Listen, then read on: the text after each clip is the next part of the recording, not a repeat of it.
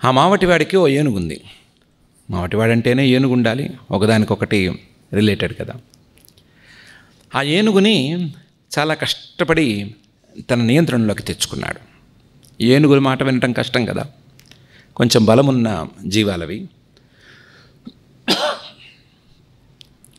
నియంత్రణలోకి తెచ్చుకున్నాడు కానీ మనిషి క్రూరంగా ఎప్పుడు దాన్ని హింసిస్తూ ఉండేవాడు. ఏనుగుకి వీక్ పాయింట్ కుంభస్థలం అంటారు. ఆ కుంభస్థలంలో పొడిస్తే మాట వింటుంది.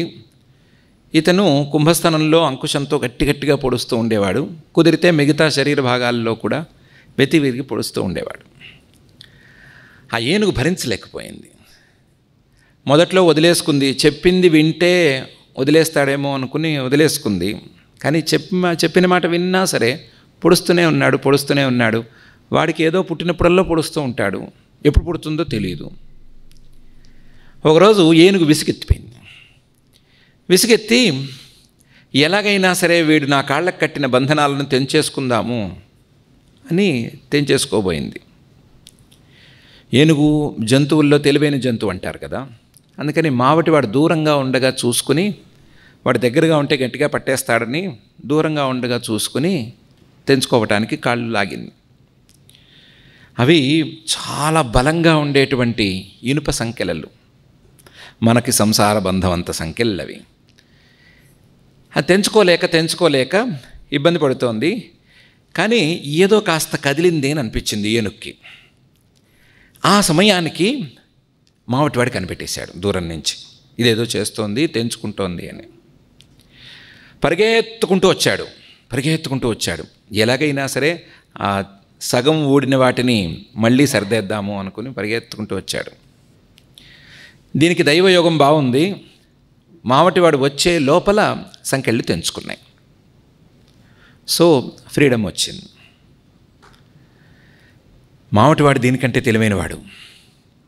మావటివాడు ఏం చేశాడంటే, దీని వీక్ పాయింట్ కుంభస్థలం కదా, అందుకని ఎలాగైనా సరే కుంభస్థలంలో కనుక ఒక్కసారి అంకుశంతో పొడిస్తే మళ్ళీ మాట వింటుంది. ఇది పరిగెత్తుకు వెళ్ళే లోపల, పారిపోయే లోపల కుంభస్థలంలో పడవాలి అనుకున్నాడు. అందుకోసం ఆ వేగాన్ని ఆపుకోకుండా పక్కన మేడ ఉంటే ఆ మేడ ఎక్కి మేడ మీద నుంచి ఏనుగు మీద దూకుదాం అనుకున్నాడు. మేడ మీద నుంచి ఏనుగు మీదకి దూకితే ఆ గ్రిప్ వచ్చి కుంభస్థలంలో ఒక్క పోటు పొడిస్తే మాట వింటుంది. కానీ వీడి లెక్కలు తప్పినాయి, బొక్క బొర్రలా కింద పడ్డాడు. సరిగ్గా ఎక్కడ పడ్డాడు? ఏనుగు కాళ్ళ ముందు పడ్డాడు. ఏనుగు ఒకసారి చూసి ఇన్నాళ్ళు నన్ను అంకుశంతో పొడిచిన వాడు వీడే, ఒక్క తొక్కు తొక్కానంటే నాకే కాదు నా జాతి మొత్తానికి హాని లేకుండా ఉంటుంది అని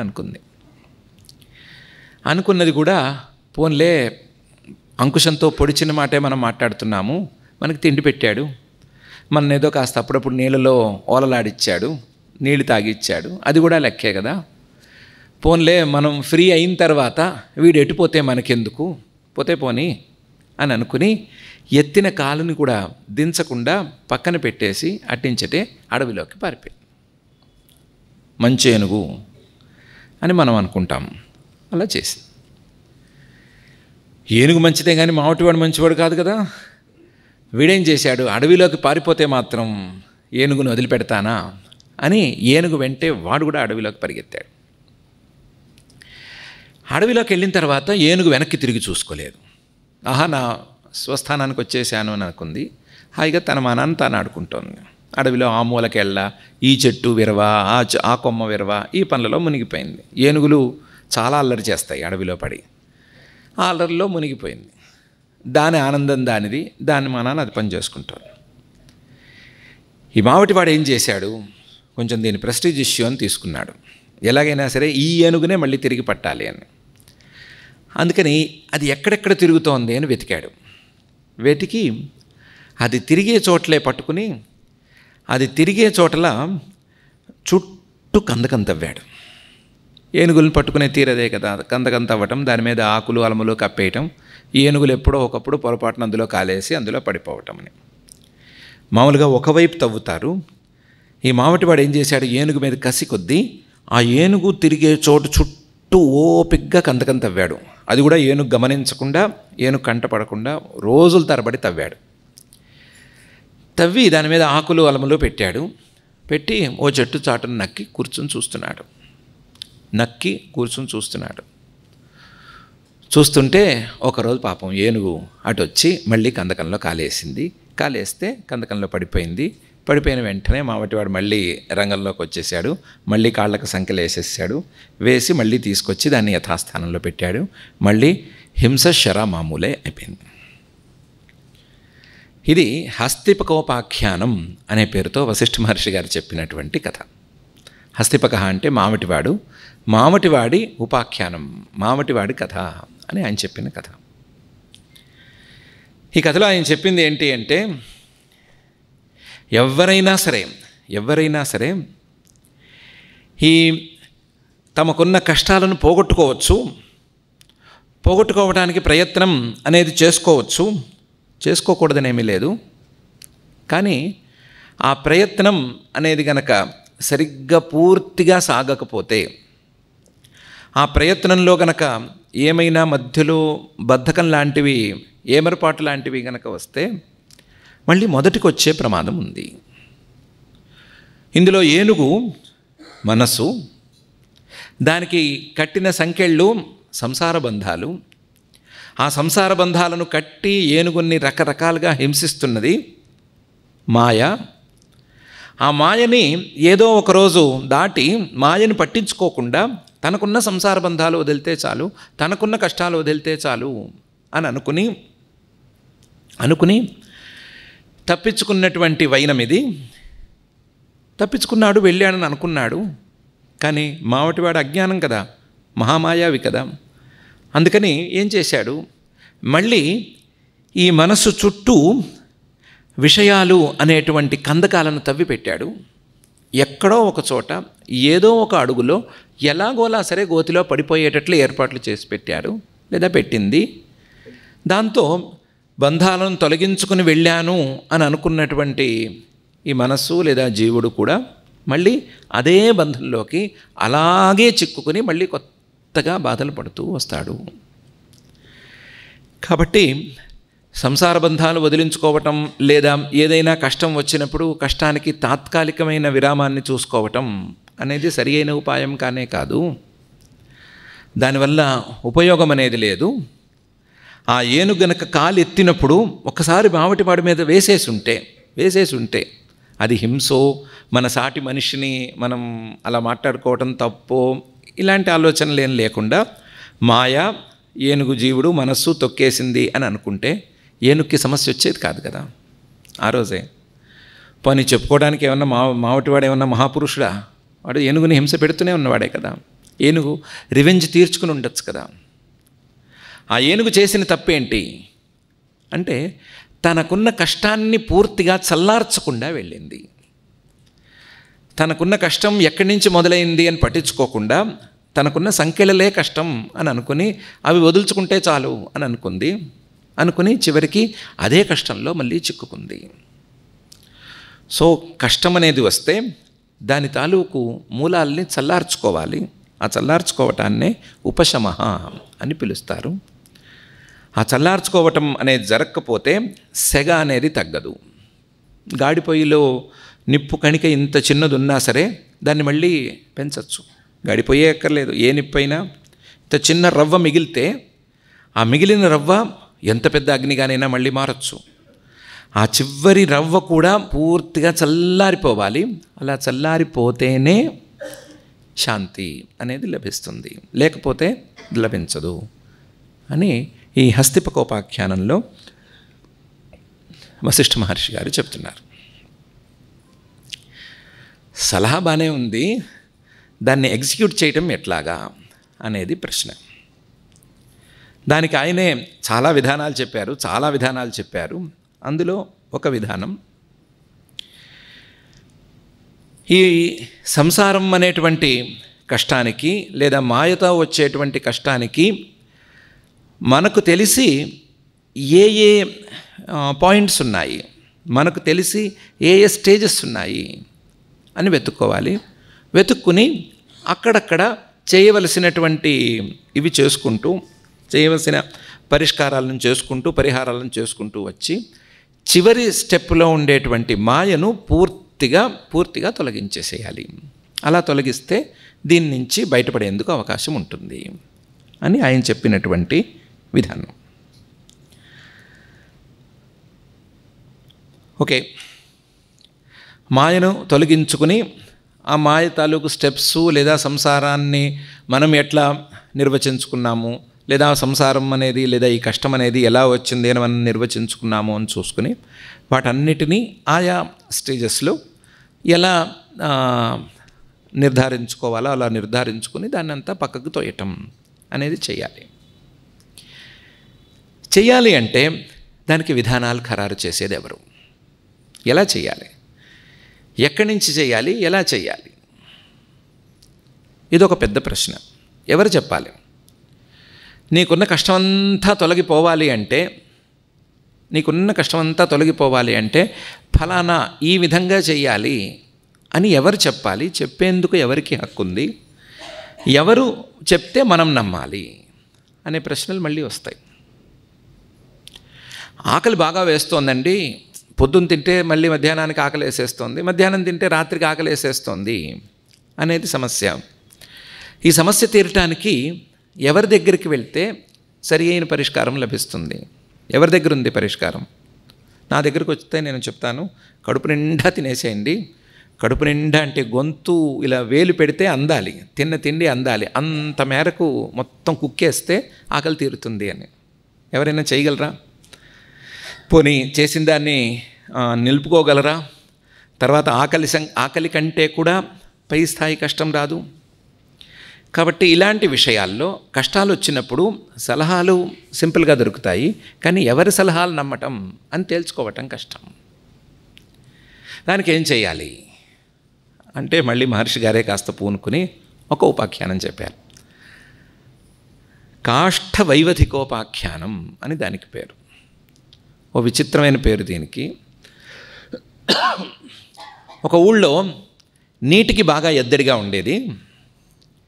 నీటికి ఎద్దడిగా ఉన్నప్పుడు, ఇప్పుడైతే రకరకాల వాళ్ళు వచ్చేస్తున్నారు కానీ రంగంలోకి, పాతకాలంలో కావడి వాళ్ళు వచ్చేవాళ్ళు, కావడితో నీళ్లు మోసి అందరికీ పోసేవాళ్ళు. కావడి వాళ్ళు బాగా ఆ ఊళ్ళోకి ప్రవేశించి అందరికీ నీళ్లు పోస్తూ వచ్చారు. డిమాండ్ సప్లై ఈ మధ్యలో ఉండే తేడాలను బట్టి కావడి వాళ్ళకి బాగా డిమాండ్ పెరిగిపోయి వాళ్ళు ఎంత చెప్తే అంత డబ్బులు ఇవ్వాల్సిన పరిస్థితి ఊళ్ళో వాళ్ళకి వచ్చింది. దాంతో కావడి వాళ్ళు బాగా సంపన్నులైపోయారు. ఈ లోపల ప్రభుత్వం వారు కాస్తంత చర్యలు తీసుకున్నారు, ఎక్కడి నుంచో కనెక్షన్స్ తీసుకొచ్చారు, మళ్ళీ ఆ ఊళ్ళోకి నీళ్ళు వచ్చేసినాయి. బాగా సంపన్నులైన కావడి వాళ్ళందరూ పేదవాళ్ళు అయిపోయారు. వీళ్ళక ఇంకో పని రాదు, మోయటం వచ్చు, కావడితో నీళ్లు మోయటం వచ్చు, పోయటం వచ్చు, ఇది తప్ప ఇంకో పని చేత కాదు. పేరుకి సంపద ఉంది కానీ ఎంతకాలం ఉంటుంది, ఆవిరైపోయింది, అందరూ పేదవాళ్ళు అయిపోయారు. ఏం చేయాలి అని ఎదురు చూస్తున్నారు. వాళ్ళకి పెద్ద కష్టం, మనకి సంసార కష్టం అయితే వాళ్ళకి అది కష్టం. బాగా డబ్బులు బాగా ఆదాయం ఉన్న స్థాయి నుంచి ఆదాయం పడిపోయిన స్థాయికి వస్తే ఏం చేయాలి అని వాళ్ళు తిప్పలు పడుతున్నారు. ఒక పెద్ద ఆయన అన్నాడు, ఎలాగో కాయ కష్టం చేసుకోవటం అలవాటైంది కదా, మీరు అడవిలోకి వెళ్ళి కట్టెలు కొట్టుకోండి, ఊళ్ళో కట్టెలకి డిమాండ్ ఉంది, మీరు సప్లై చేస్తే మళ్ళీ మీకు అదే రేంజ్లో ఆదాయం వస్తుంది అన్నాడు.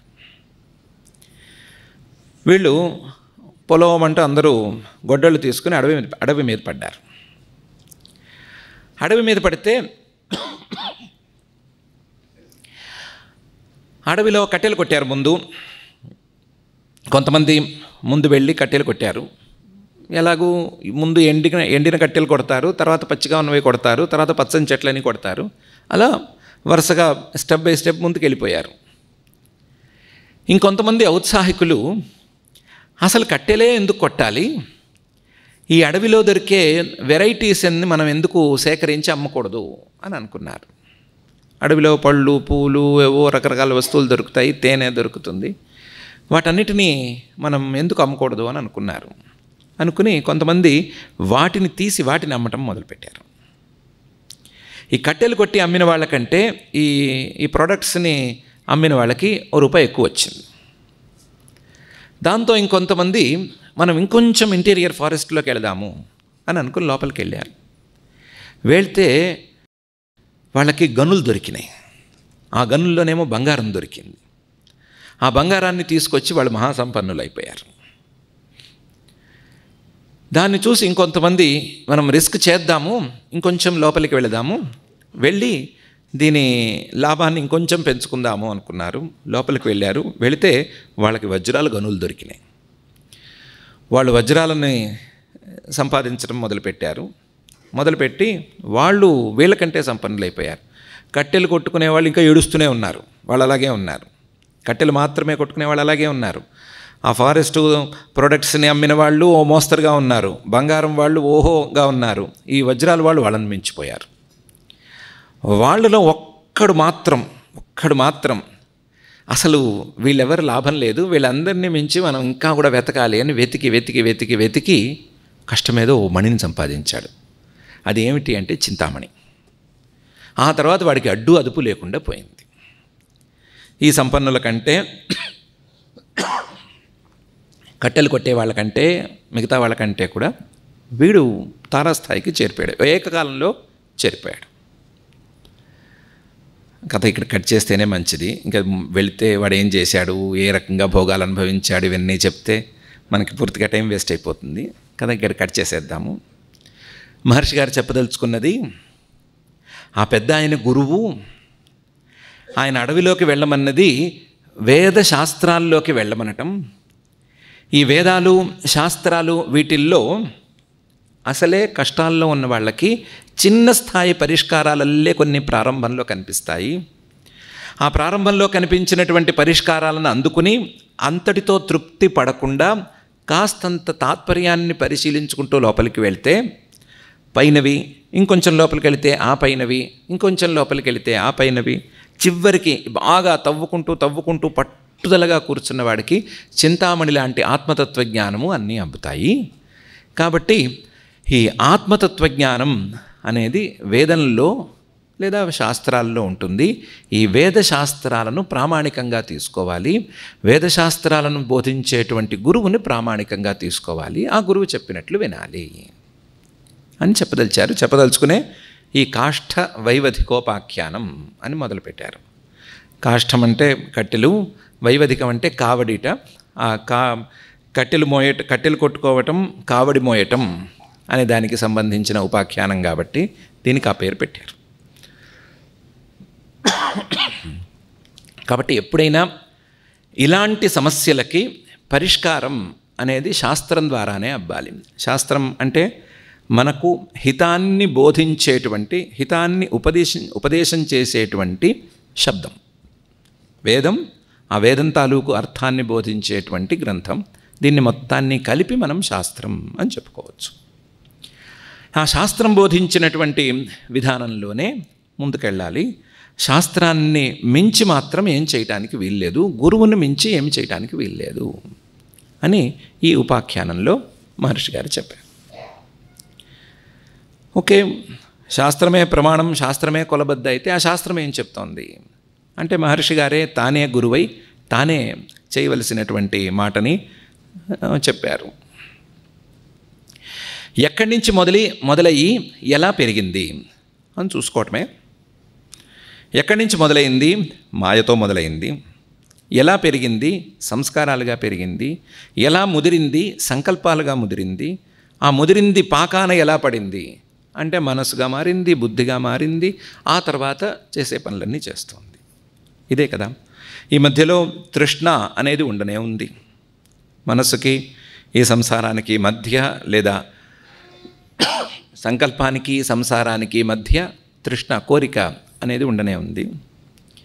కాబట్టి ఇవి స్టెప్స్ అయితే లేదా ఇవి స్టేజెస్ అయితే వీటిలో ఒక్కొక్క దానికి ఒక్కొక్కటి చేయవలసిన పనులు చేసుకోవటమే.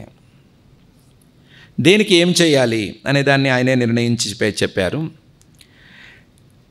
జ్ఞానవాన్ జ్ఞానయజ్ఞస్థ ధ్యానయూపం విరూపయన్ జగద్విజిత్య జయతి సర్వత్యాగైక దక్షిణ అని.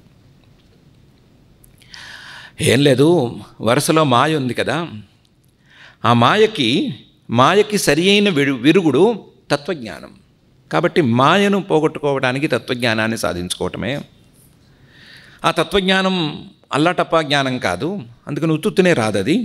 అందుకని దానికోసం జ్ఞాన యజ్ఞస్థ, ఒక పెద్ద యజ్ఞం చేసుకోవాలి. ఆ యజ్ఞంలో, యజ్ఞం అంటేనే ఒక యూపస్తంభం అని ఒక కర్ర ఉంటుంది. ఆ కర్రలాగా, నిలబడిపోయే కర్రలాగా ధ్యానం అనే దాన్ని ఉంచుకోవాలి. ఈ ధ్యానం తాలూకు ప్రభావానికి ఈ సంస్కారాలు, సంకల్పాలు ఇవన్నీ దూది పింజల్లా తేలిపోయి పారిపోతాయి, అవి వెళ్ళిపోతాయి. ఇది ఈ యజ్ఞాన్ని ఇలాగే కొనసాగిస్తూ ఉంటే జగద్విజిత్య, జగత్తునే గెలుస్తాడు. జగత్తునేం కర్మ, జగన్మూలమైనటువంటి మాయను కూడా గెలవగలుగుతాడు. జయతి, సర్వోత్కృష్టంగా ఉంటాడు.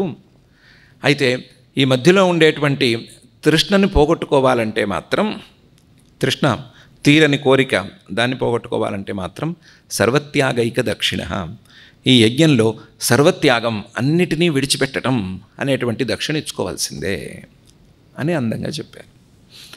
తృష్ణను పోగొట్టుకోవాలి అంటే వైరాగ్యం, అలాగే మిగతా వాటిని పోగొట్టుకోవాలంటే ప్రస్తుతానికి ధ్యానం, మాయను పోగొట్టుకోవాలి అంటే జ్ఞానం అని వీటిని తెలుసుకోవాల్సిందే తత్వజ్ఞానం.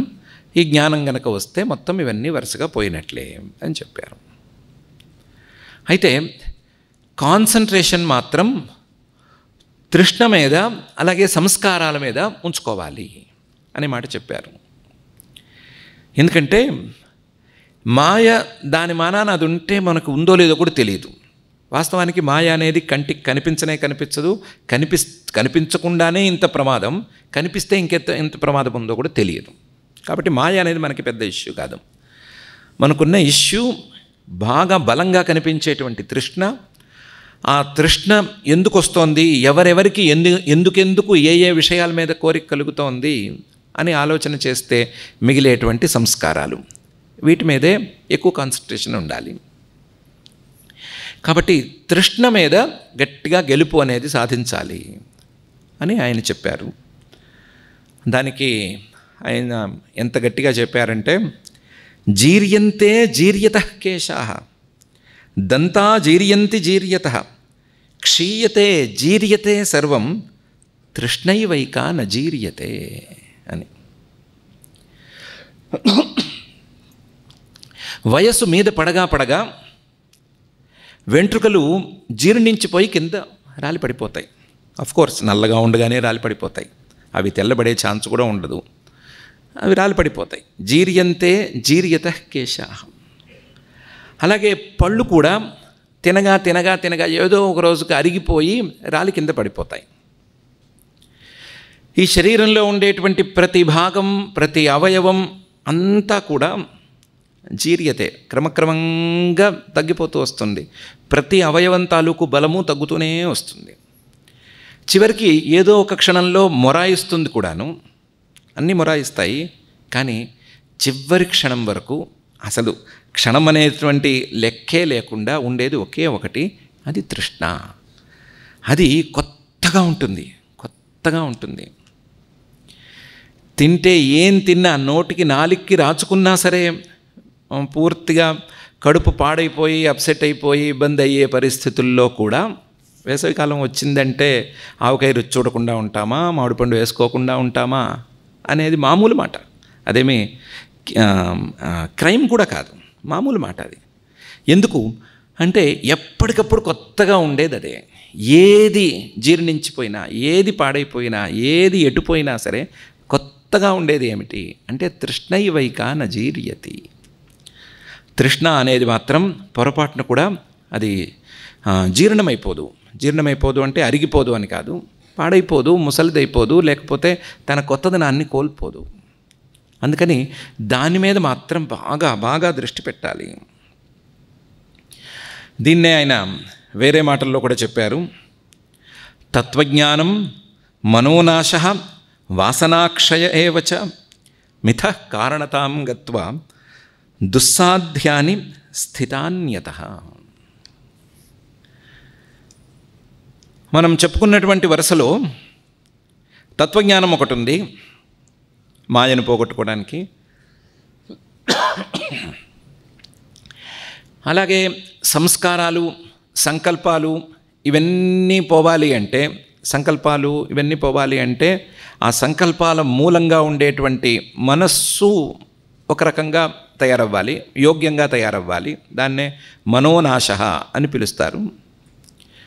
రకరకాల స్టేజెస్ ఉన్నాయి అందులోనూ. అలాగే వాసనాక్షయ, సంస్కారాలు పోవటం, సంస్కారాలు లేకుండా అవ్వటం అనేటువంటి దాన్ని కూడా సాధించాలంటే ఇందులో ఒక కాంప్లికేషన్ ఉంది.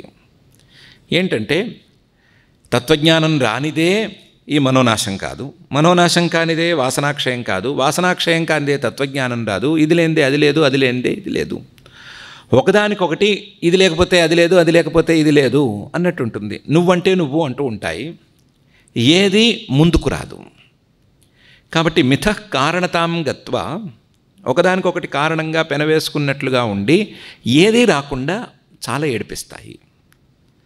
కాబట్టి ఈ మూడిటి మీద ఎక్కువ కాన్సన్ట్రేషన్ కావాలి, ఈ మూడిటి మీద కావాలి. తస్మాత్ రాఘవయత్నేన పౌరుషేణ వివేకిన భోగేచ్ఛాం దూరతః కృత్వా త్రయమేతత్ సమాచరేత్. ఈ మూడిటి మీద కాన్సన్ట్రేషన్ కావాలి, త్రయం మూడు కావాలి.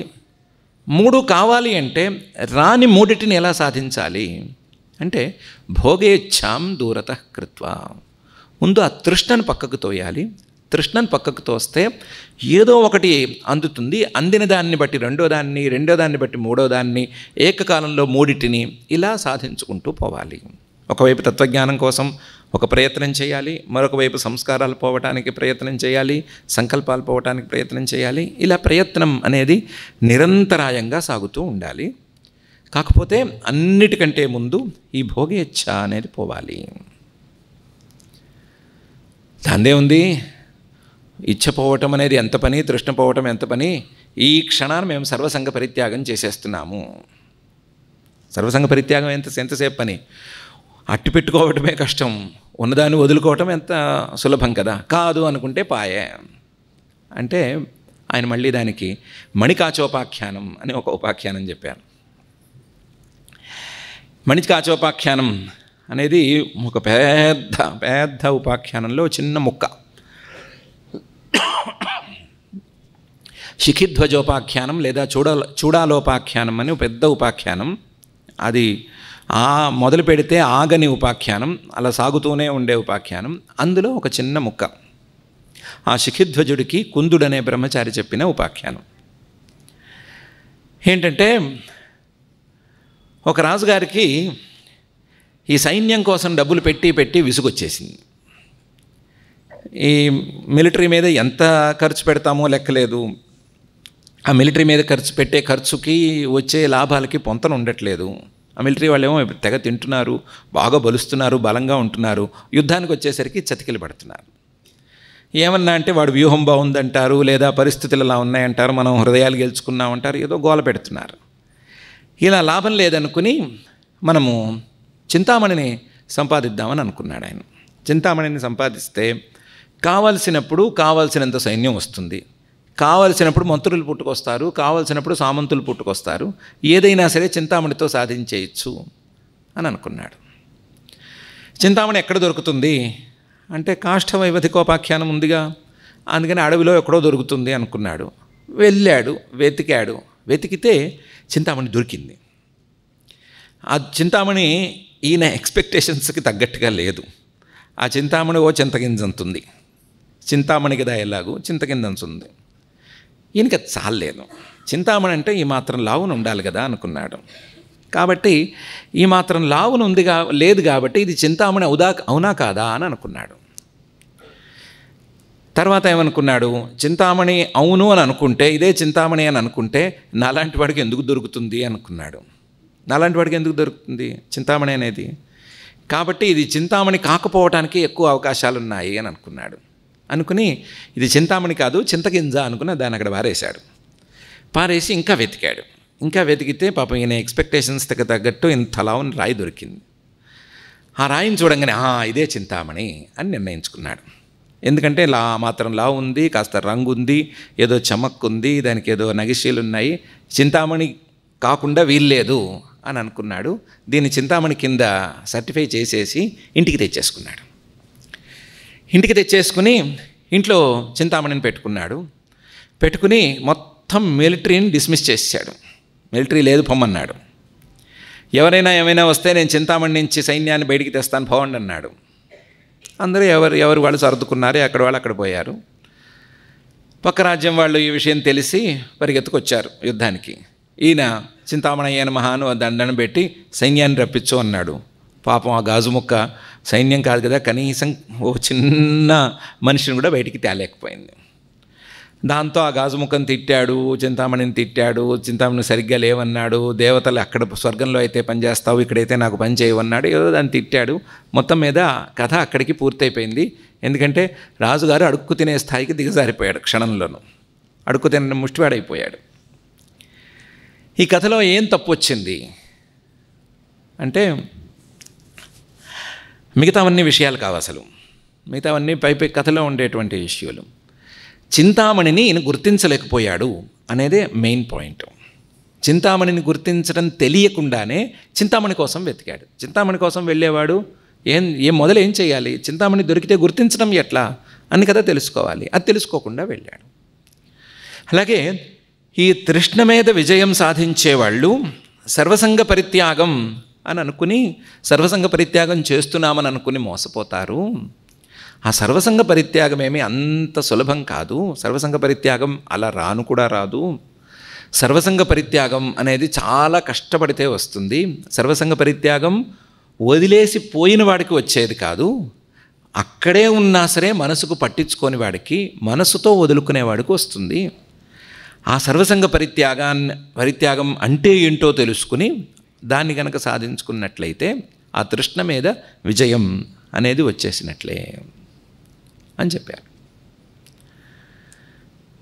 సర్వసంగ పరిత్యాగం అనేది ఒట్టి భౌతికమైనటువంటి పదార్థాలని భౌతికంగా విడిచిపెట్టడం కాదు, మానసికంగా వాటి మీద తమకుండేటువంటి సంబంధాన్ని కూడా విడిచిపెట్టడం అనే ప్రస్తావనని చాలా సందర్భాల్లో చేశారు. చేసి దీన్నే సాధించాలి అని తెలిచారు.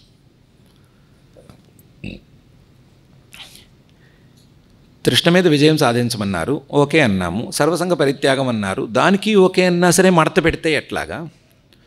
పోనీ సర్వసంగ పరిత్యాగం మీరన్నట్లు ప్రతి వస్తువు మీద సంబంధం లేకుండా ఉండటమే అని అనుకుంటే దాన్ని ఎలా సాధించాలి అంటే దానికి మహర్షి గారు మంచి మార్గం చూపించారు. పూర్వం రాఘవ శాస్త్రేణ వైరాగ్యేణ పరేణ చ తథా సజ్జన సంగేన నీయతాం పుణ్యతాం మనః అని.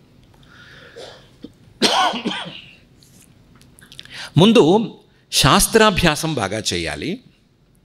శాస్త్రాభ్యాసాన్ని బాగా చేసేసి ఆ శాస్త్రాభ్యాసంలో చూపించినటువంటి చర్చని మనసులోకి ఎక్కించుకొని విచారణ చేసుకుని ఆ విచారణతో వైరాగ్యాన్ని మొదలు పెంచుకోవాలి. వైరాగ్యాన్ని పెంచుకుని ఆ వైరాగ్యాన్ని సజ్జన సాంగత్యంతో నిలబెట్టుకుని తథా సజ్జన సంగేన మనసుని పుణ్యంగా మార్చుకోవాలి, మనసును పవిత్రంగా మార్చుకోవాలి. ఇలా మనసు కనుక పవిత్రంగా మారితే, మనసు పవిత్రమైతే అది తప్పనిసరిగా వైరాగ్యాన్ని, ఆ వైరాగ్యం ద్వారా సర్వసంగ పరిత్యాగాన్ని, దాని ద్వారా తృష్ణ మీద విజయాన్ని అందిస్తుంది. ఈ శాస్త్రం వైరాగ్యాన్ని ఎలా తెస్తుంది? వైరాగ్యం అనేది తృష్ణ మీద విజయానికి ఎలా తోడ్పడుతుంది అంటే మహర్షి గారు ఏం చెప్పారంటే, శాస్త్రం అనేది ఏం చేస్తుంది, ఇది శాశ్వతము, ఇది శాశ్వతం కాదు, ఇది నిత్యం, ఇది నిత్యం కాదు, ఇది సత్యం, ఇది నిజం కాదు, ఇది నీకు యథార్థ జ్ఞానం, ఇది యథార్థ జ్ఞానం కాదు, భ్రమ అని తేడాలు చూపిస్తుంది. అలా తేడాలు చూపించినప్పుడు ఆ తేడాని సరిగ్గా కనిపెట్టి ఆ తేడాల్లో నాకు నిజమైన శాశ్వతమైన ఫలితమే కావాలి అని అనుకునేట్లు గనక ప్రయత్నం చేస్తే అలాంటి వాడికి వైరాగ్యం రావటంలో తోడ్పడుతుంది. శాస్త్రం తోడ్పడుతుంది. డౌట్ ఏమన్నా ఉంటే కుందదంతోపాఖ్యానం చూస్తే సరిపోతుంది. కుందదంతోపాఖ్యానం అని ఒక ఉపాఖ్యానం. ఈ కుందదంతోపాఖ్యానాన్ని వశిష్ఠ మహర్షి గారు చెప్పలేదు. వశిష్ఠ మహర్షి గారికి రాముడు చెప్పాడు. ఆయన చెప్పాడు. ఆయన ఏం చెప్పాడంటే, కుందదంతుడు అని నా ఫ్రెండు, ఈ మధ్య మేము ఇద్దరం ఫ్రెండ్స్ అయ్యాము, ఎక్కడో ఒక సభలో కలిసాము. ఆ కలిసినప్పుడు ఆ కుందదంతుడితో నేను మాట్లాడాను. మనిషి చాలా యోగ్యుడు, కానీ అతనికి కొన్ని సందేహాలు ఉన్నాయి, ఆ సందేహాలు మీరు తీర్చవలసింది అనే మాట చెప్తూ ఆ సందర్భంలో చెప్పాడు. ఆయన మాటల్లో కుందదంతుడి గురించి, ఆయన చెప్పినటువంటి విషయాలని గురించి, ఆ కుందదంతుడి క్యారెక్టర్ అనేదాన్ని, ఆయనకి ఎదురైన సంఘటనలు, వీటి గురించి చర్చించుకుంటే అదో విచిత్రమైన ఉపాఖ్యానం. కొంతకాలం పాటు భూతకాలంలోనూ, కొంతసేపు ఏమో భవిష్యత్ కాలంలోనూ ఇలా సాగుతుంది. కాబట్టి ఆ కాలాల ముళ్ళు తీసేసి వరుసగా మనం ఉపాఖ్యానమే చూసుకుంటే, ఈ కుందదంతుడు అనేవాడు ఓ బ్రహ్మచారి. ఈయన ఇక్కడ ఊళ్ళలో ఏముంటానులే అని అనుకుని వైరాగ్యంతో కాస్త అడవుల్లో తపస్సు చేసుకుందామని అడవుల్లోకి వెళ్ళాడు. అడవుల్లోకి వెళితే ఎక్కడో శ్రీశైలం చుట్టుపక్కల అడవుల్లో ఒక మనిషి ఒక చెట్టుకి తల్లకిందులుగా వేళ్లాడేసుకుని, తనను తాను కాళ్ళు చెట్టుకు కట్టేసుకుని తల్లకిందులుగా వేళ్లాడుతూ తపస్సు చేస్తూ కనిపించాడు. ఆ మనిషిని చూడంగానే పాపం ఈయనకి ఇంత తపస్సు చేస్తున్నాడు, తల్లకిందులుగా వేళ్లాడటం అనేది చాలా పెద్ద వ్యవహారం కదా, అమ్మో మహాతపస్వి అని అనుకుని ఆ మనిషి దగ్గర ఈయన కూర్చున్నాడు. ఒక రోజుకో 2 రోజులుగా ఆయన కళ్ళు తెరిచినట్టున్నాడు. కళ్ళు తెరిస్తే, అయ్యా మీరెవరు, ఎందుకు ఇలా తపస్సు చేసుకుంటున్నారు అని అడిగాడు. అడిగితే ఆ మనిషి విసుక్కున్నాడు. తపస్సు చేసుకునే మనిషి విసుక్కున్నాడు. నీకెందుకు, నువ్వు వచ్చిన పని చూసుకో, నేను ఆ పని చూసుకుంటానన్నాడు. ఇతను వదిలిపెట్టకుండా, ఇంత తల్లకిందులుగా తపస్సు చేసేవాడంటే కావాల్సిందే నాకు అని అనుకుని అక్కడే మొండిగా కూర్చునున్నాడు. 2-3 సార్లు ఆయన విసుక్కున్నాడు. తర్వాత ఎందుకయ్యా టైం వేస్ట్ చేసుకుంటావు, నా పని నేను చేసుకోవాలి, నువ్వు పని నువ్వు చేసుకో అని చెప్పాడు పాపం ఆయన. ఈయన వినలేదు, వినకుండా అక్కడే ఉన్నాడు. ఉంటే ఆయన చెప్పాడు, ఒరే నాయనా, ఇన్ని రోజులుగా నా వెంటపడి తిరుగుతున్నావు, నువ్వు ఇక్కడే ఉన్నావు, నేనేం పెద్ద తపస్విని కాదు, నేనేమి లోకక్షేమం కోసం తపస్సు చేయట్లేదు, నాకు చక్రవర్తి కావాలి అని కోరిక, ఆ కోరికతో తపస్సు చేస్తున్నాను. ఎవరో చెప్పారు తలకిందులుగా తపస్సు చేస్తే చక్రవర్తి అవుతామని, అందుకని చేస్తున్నాను అంతేను. అందువల్ల నువ్వు టైం వేస్ట్ చేసుకోవద్దు. ఒకవేళ నా తపస్సు ఫలిస్తే నేను చక్రవర్తిని అవుతా, నీకేం మాత్రం గిట్టదు, నీకేం గిట్టుబాటు ఉండదు, అందుకని నువ్వు టైం వేస్ట్ చేసుకోవద్దు, వెళ్ళిరా అన్నాడు. ఈ కుందదంతుడికి కాన్సెప్ట్ సరిగ్గా అర్థం కాలేదేమో, ఆయన మీద వేరే భావన ఏం కలగలేదు. నేను స్వార్థం కోసం తపస్సు చేసుకుంటున్నాడు అనే భావన ఏం కలగలేదు. స్వార్థం కోసం తపస్సు చేస్తేనేమి, తపస్సే కదా చేస్తున్నాడు అని అనుకుని, మీరు ఎందుకు తపస్సు చేస్తున్నారు నాకెందుకండి, మీరు చేస్తున్న తపస్సు నచ్చింది నాకు, నేను మీకు సేవలు చేసుకుంటూ ఇక్కడే ఉండిపోతాను అన్నాడు. తలకిందులుగా వెళ్ళాడేవాడికి నువ్వేం సేవలు చేస్తావరా నాయన అని నేను అన్నాడు. ఆయన ఏం పట్టించుకోలేదు. నేను ఇక్కడే ఉంటాను, మీ మీద దోమలు వాలకుండా ఈగలు వాలకుండా విసురుతాను అన్నాడు. వదిలేశాడు ఆయన. ఈ కుందదంతుడు సిన్సియర్ మోస్ట్, అందుకని సిన్సియర్గా తనకు చేతనైనంత సేవలు చేసుకుంటూ ఆయన చుట్టూనే కాలక్షేపం చేస్తూ అక్కడే ఉన్నాడు.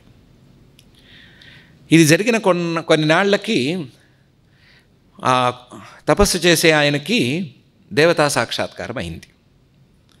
దేవతా సాక్షాత్కారం అయింది అనే సంగతి ఆయనకే కాదు, పక్కన కూర్చున్న కుందదంతుడు కూడా కనిపించింది. మామూలుగా ఎవరైనా తపస్సు చేస్తే ఆ చుట్టుపక్కల ఉన్న వాళ్ళు కనిపిస్తారా ఏంటి, కనిపించరు కదా, తపస్సు చేసిన వాడికి ఒక్కడికే కనిపించాలి కదా. అయినా సరే కుందదంతుడికి కనిపించాడు. కనిపిస్తే ఎందుకు ఇలా అయింది సాక్షాత్కారం అని ఆలోచించి, ఈయనకి సేవలు చేస్తున్నంత వలన నాకు కూడా కనిపించారేమో అని అనుకున్నాడు. అయితే వచ్చిన దేవత మాత్రం కుందదంతుడితో మాట్లాడలేదు, అసలు పలకరించలేదు, పట్టించుకోలేదు, దండం పెట్టాడా లేదా కూడా చూడలేదు.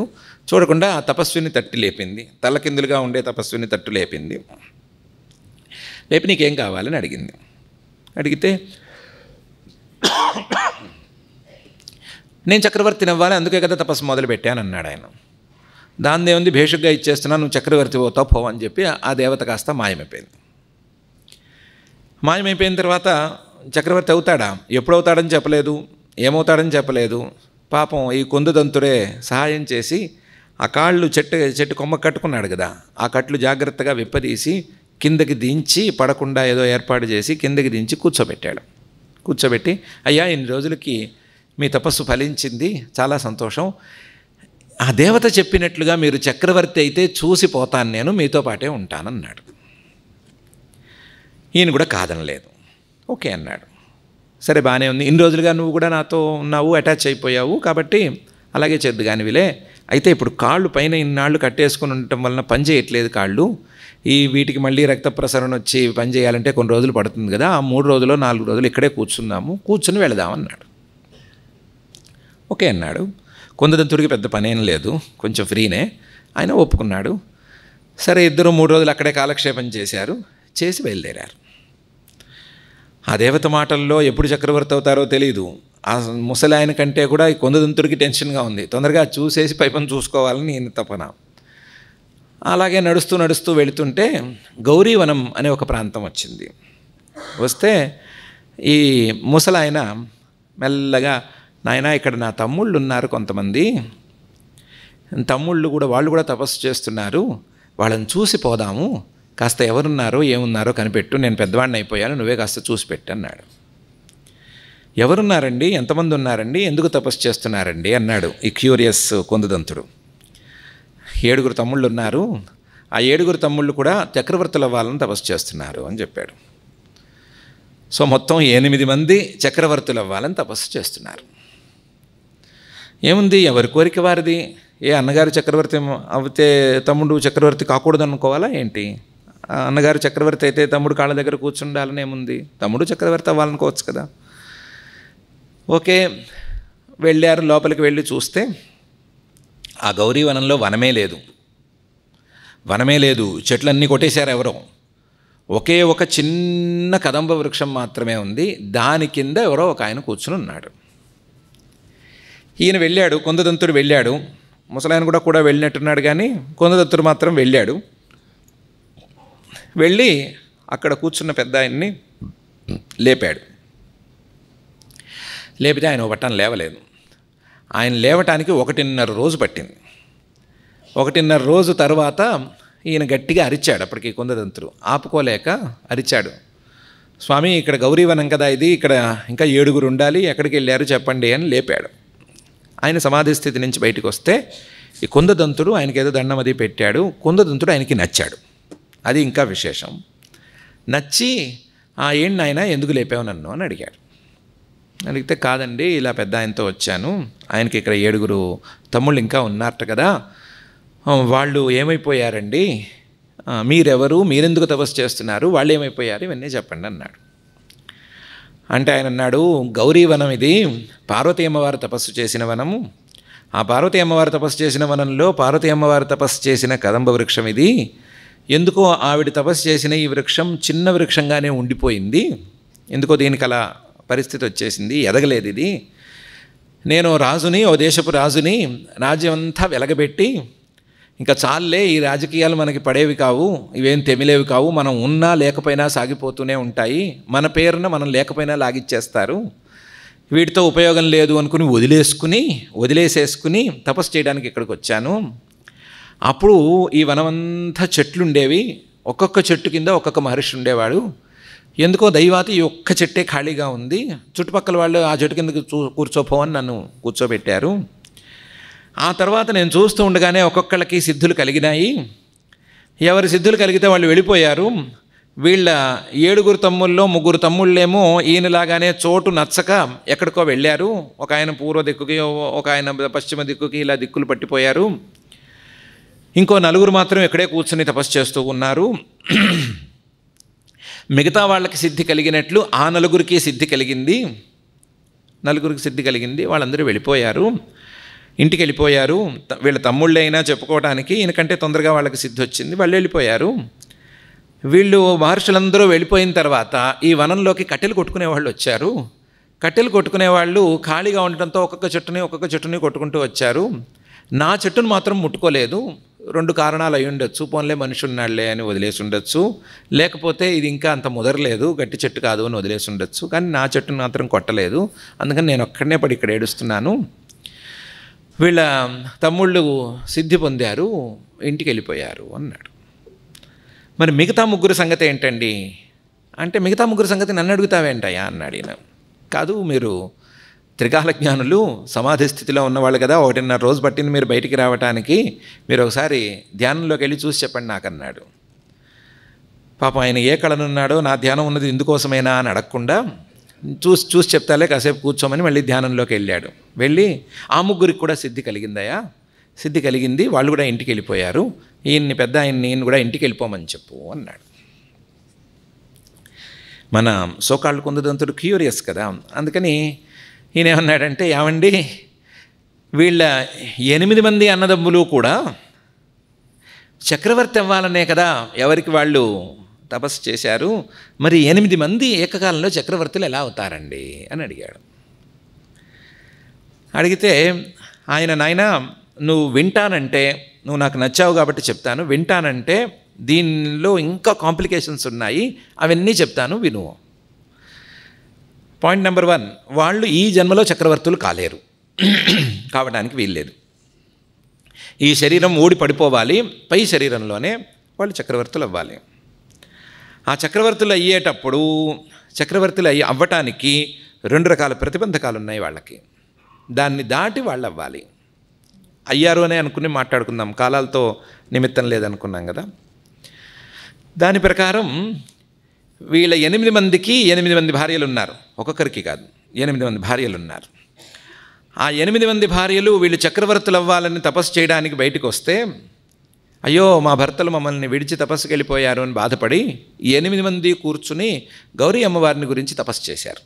ఇంట్లోనే కూర్చుని తపస్సు చేశారు. ఒకే గదిలో 8 మంది తోడికోడళ్ళు, అన్యోన్యమైన తోడికోడళ్ళు, వాళ్ళు ఒకే గదిలో కూర్చుని తపస్సు చేశారు. ఒకళ్ళకొకళ్ళు ఇబ్బంది పెట్టుకోకుండా తపస్సు చేసుకున్నారు. ఆ 8 మందికి ఏకకాలంలో గౌరీ అమ్మవారు ప్రత్యక్షమైంది.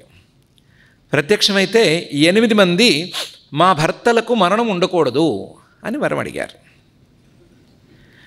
ఆవిడ చెల్లదంది, అది అయ్యే పని కాదు, మహామహా హిరణ్యకశిపు హిరణ్యాక్షుడు వాళ్ళకే ఇవ్వలేదు, నువ్వు ఈరోజు కూర్చొని 4 పసుపు ముద్దలు చేసి పూజ చేస్తే నేను ఇచ్చేస్తానా, అది అవ్వదు, ఇంకోటి కోరుకోమంటే వాళ్ళు వెరైటీగా ఆలోచించి, మేము ఈ గదిలో కూర్చొని తపస్సు చేశాం కదా, మా 8 మంది భర్తలు మా భర్తలు ఈ గది దాటి బయటికి వెళ్ళకూడదు, వాళ్ళకు ఒకవేళ ప్రాణవియోగం కలిగినా సరే ఇదే గదిలో ఉండిపోవాలి, వాళ్ళ జీవుళ్ళు ఈ గదిని దాటి వెళ్ళకూడదు అని వరం అడిగారు. గౌరీ అమ్మవారు తథాస్తు అని చెప్పి వెళ్ళిపోయింది. ఆవిడకేమి ఇబ్బంది, అడిగిన వాళ్ళు వీళ్ళు పడేదేదో వీళ్ళు పడతారు, ఆవిడకేమి ఇబ్బంది, తథాస్తు అంది. అక్కడికి అదైపోయింది.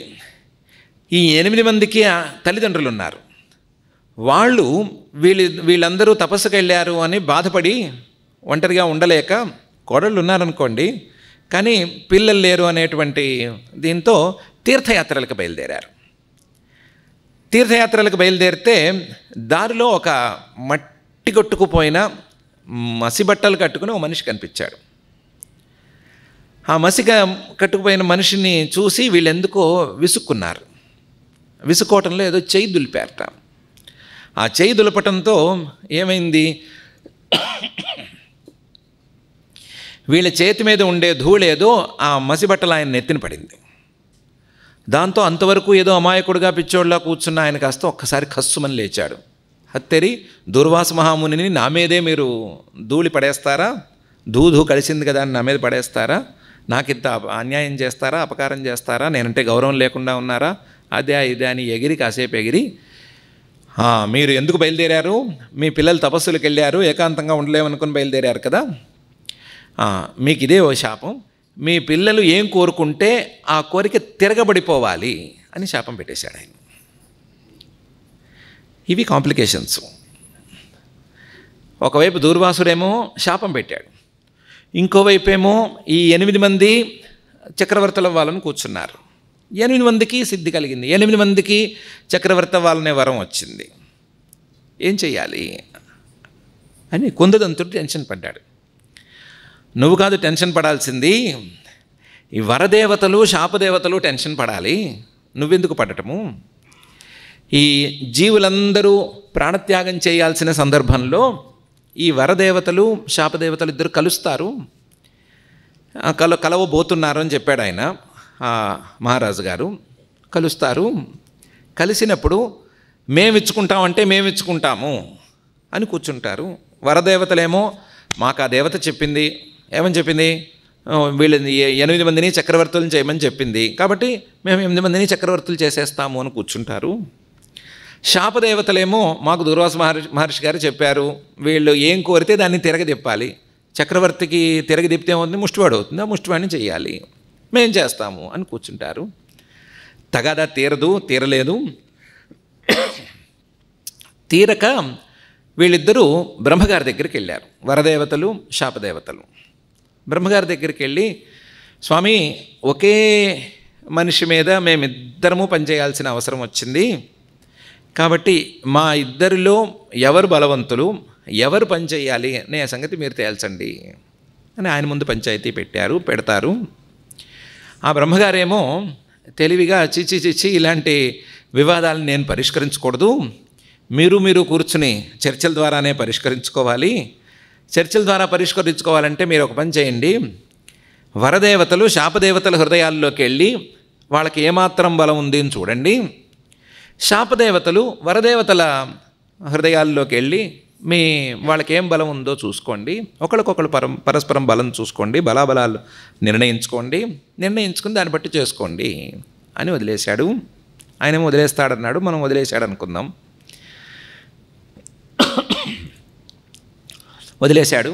వదిలేస్తే ఈ వరదేవతలు శాపదేవతలు ఒకళ్ళ హృదయాల్లోకి ఒకళ్ళు చేరిపోయి ఎవరికి వాళ్ళు బయటకు వచ్చి చెప్పారు. అందులో శాపదేవతలే చెప్పారు ముందు, మాకు బలం లేదు, బలం ఉన్నది వరాలకే బలం ఉంది అని తెలిసి చెప్పారు. ఎందుకు అంటే వాళ్ళు 3 కారణాలు చెప్పారు. ఒకటి, వరం అనేది మంచి కదా, ఆ మంచికి సహజంగా ఆ జీవుడికి ఉండేటువంటి చైతన్య బలం అనేది తోడ్పడుతుంది. వరం అనేది మంచి కదా, మంచి చేసుకుంటేనే కదా వరం అనేది వచ్చింది, కాబట్టి ఆ జీవుడికి ఉండేటువంటి పుణ్యబలం అనేది వరానికి బలంగా నిలుస్తుంది. వరం అనేది శాస్త్ర ప్రమాణంగా చేస్తేనే కదా వస్తుంది, శాస్త్రాన్ని ప్రమాణంగా తీసుకుని ఆ శాస్త్రంలో ఏం చెప్తే దాని ప్రకారం నడుచుకుంటే కదా వరం వస్తుంది. కాబట్టి వరానికి శాస్త్రం అనేటువంటి బలం ఉంది, శాస్త్రబలం ఉంది, పుణ్యబలం ఉంది, సహజంగా జీవుడికి ఉండేటువంటి అంతఃసారం అనే దాని బలం ఉంది, జీవుడి తాలూకు అసలు సిసలు చైతన్య బలం, ఆ అంతఃసార బలం ఉంది. 3 బలాలు ఈ వరాలకు ఉన్నాయి. మాకు ఆ 3 బలాలు లేవు. ఎందుకంటే మేము ఎక్కడ పనిచేస్తాము, శాపం లేదా చెడు లేదా అధర్మం అనేది ఎక్కడ పనిచేస్తాము, అధర్మం ఉన్న చోట పనిచేస్తాము. అధర్మం ఉన్న చోట పనిచేస్తాము అంటే అంతఃసారం లేని చోట కదా పనిచేసినట్లు. ఆ జీవుడికే అంతఃసారం లేకపోతే వాడు మాకేం బలం ఇస్తాడు, కాబట్టి ఆ బలం పోయింది. అలాగే ఆ జీవుడి దగ్గర ధర్మబలం లేదు కాబట్టి, ఉన్నదే అధర్మం కాబట్టి ఆ అధర్మం మాకేం బలం అవుతుంది, అధర్మంతో వచ్చిన మాకు అధర్మ బలం ఏం సరిపోతుంది. అలాగే మాకేమీ శాస్త్రం ప్రమాణం కాదు కదా, శాస్త్రాన్ని ప్రమాణంగా కొలబద్దగా పెట్టుకుని చేస్తే ఈ శాపం రాదు కదా, కాబట్టి శాస్త్ర బలం కూడా మాకు లేదు. 3 బలాలు ఆ వరాలకు ఉన్నాయి, మాకు లేవు, 3 బలాలు లేవు. ఈ 3 బలాలు లేవు కాబట్టి మేము పనిచేయలేము, అందువల్ల మేము వదిలేసుకుంటున్నాము, మేము ఓడిపోయాము, మేము వెళ్ళిపోతాము అని చెప్పేసేయి. దాంతో శాపదేవతలు వదిలేసుకుని వెళ్ళిపోయినాయి. దుర్వాస మహర్షి గారి శాపం పెట్టినా సరే చాలలేదు, వీళ్ళ వరం తాలూకు బలం ముందు చాలలేదు, చాలక అవి వెళ్ళిపోయినాయి. వెళ్ళిపోతే వరదేవతలు ముందుకొచ్చినాయి. ఇంతటితో కాంప్లికేషన్ ఎక్కడ ఆగింది? వరదేవతలు ముందుకొచ్చినంత మాత్రాన, శాపదేవతలు తప్పుకున్నంత మాత్రాన ఎక్కడ సరిపోతుంది?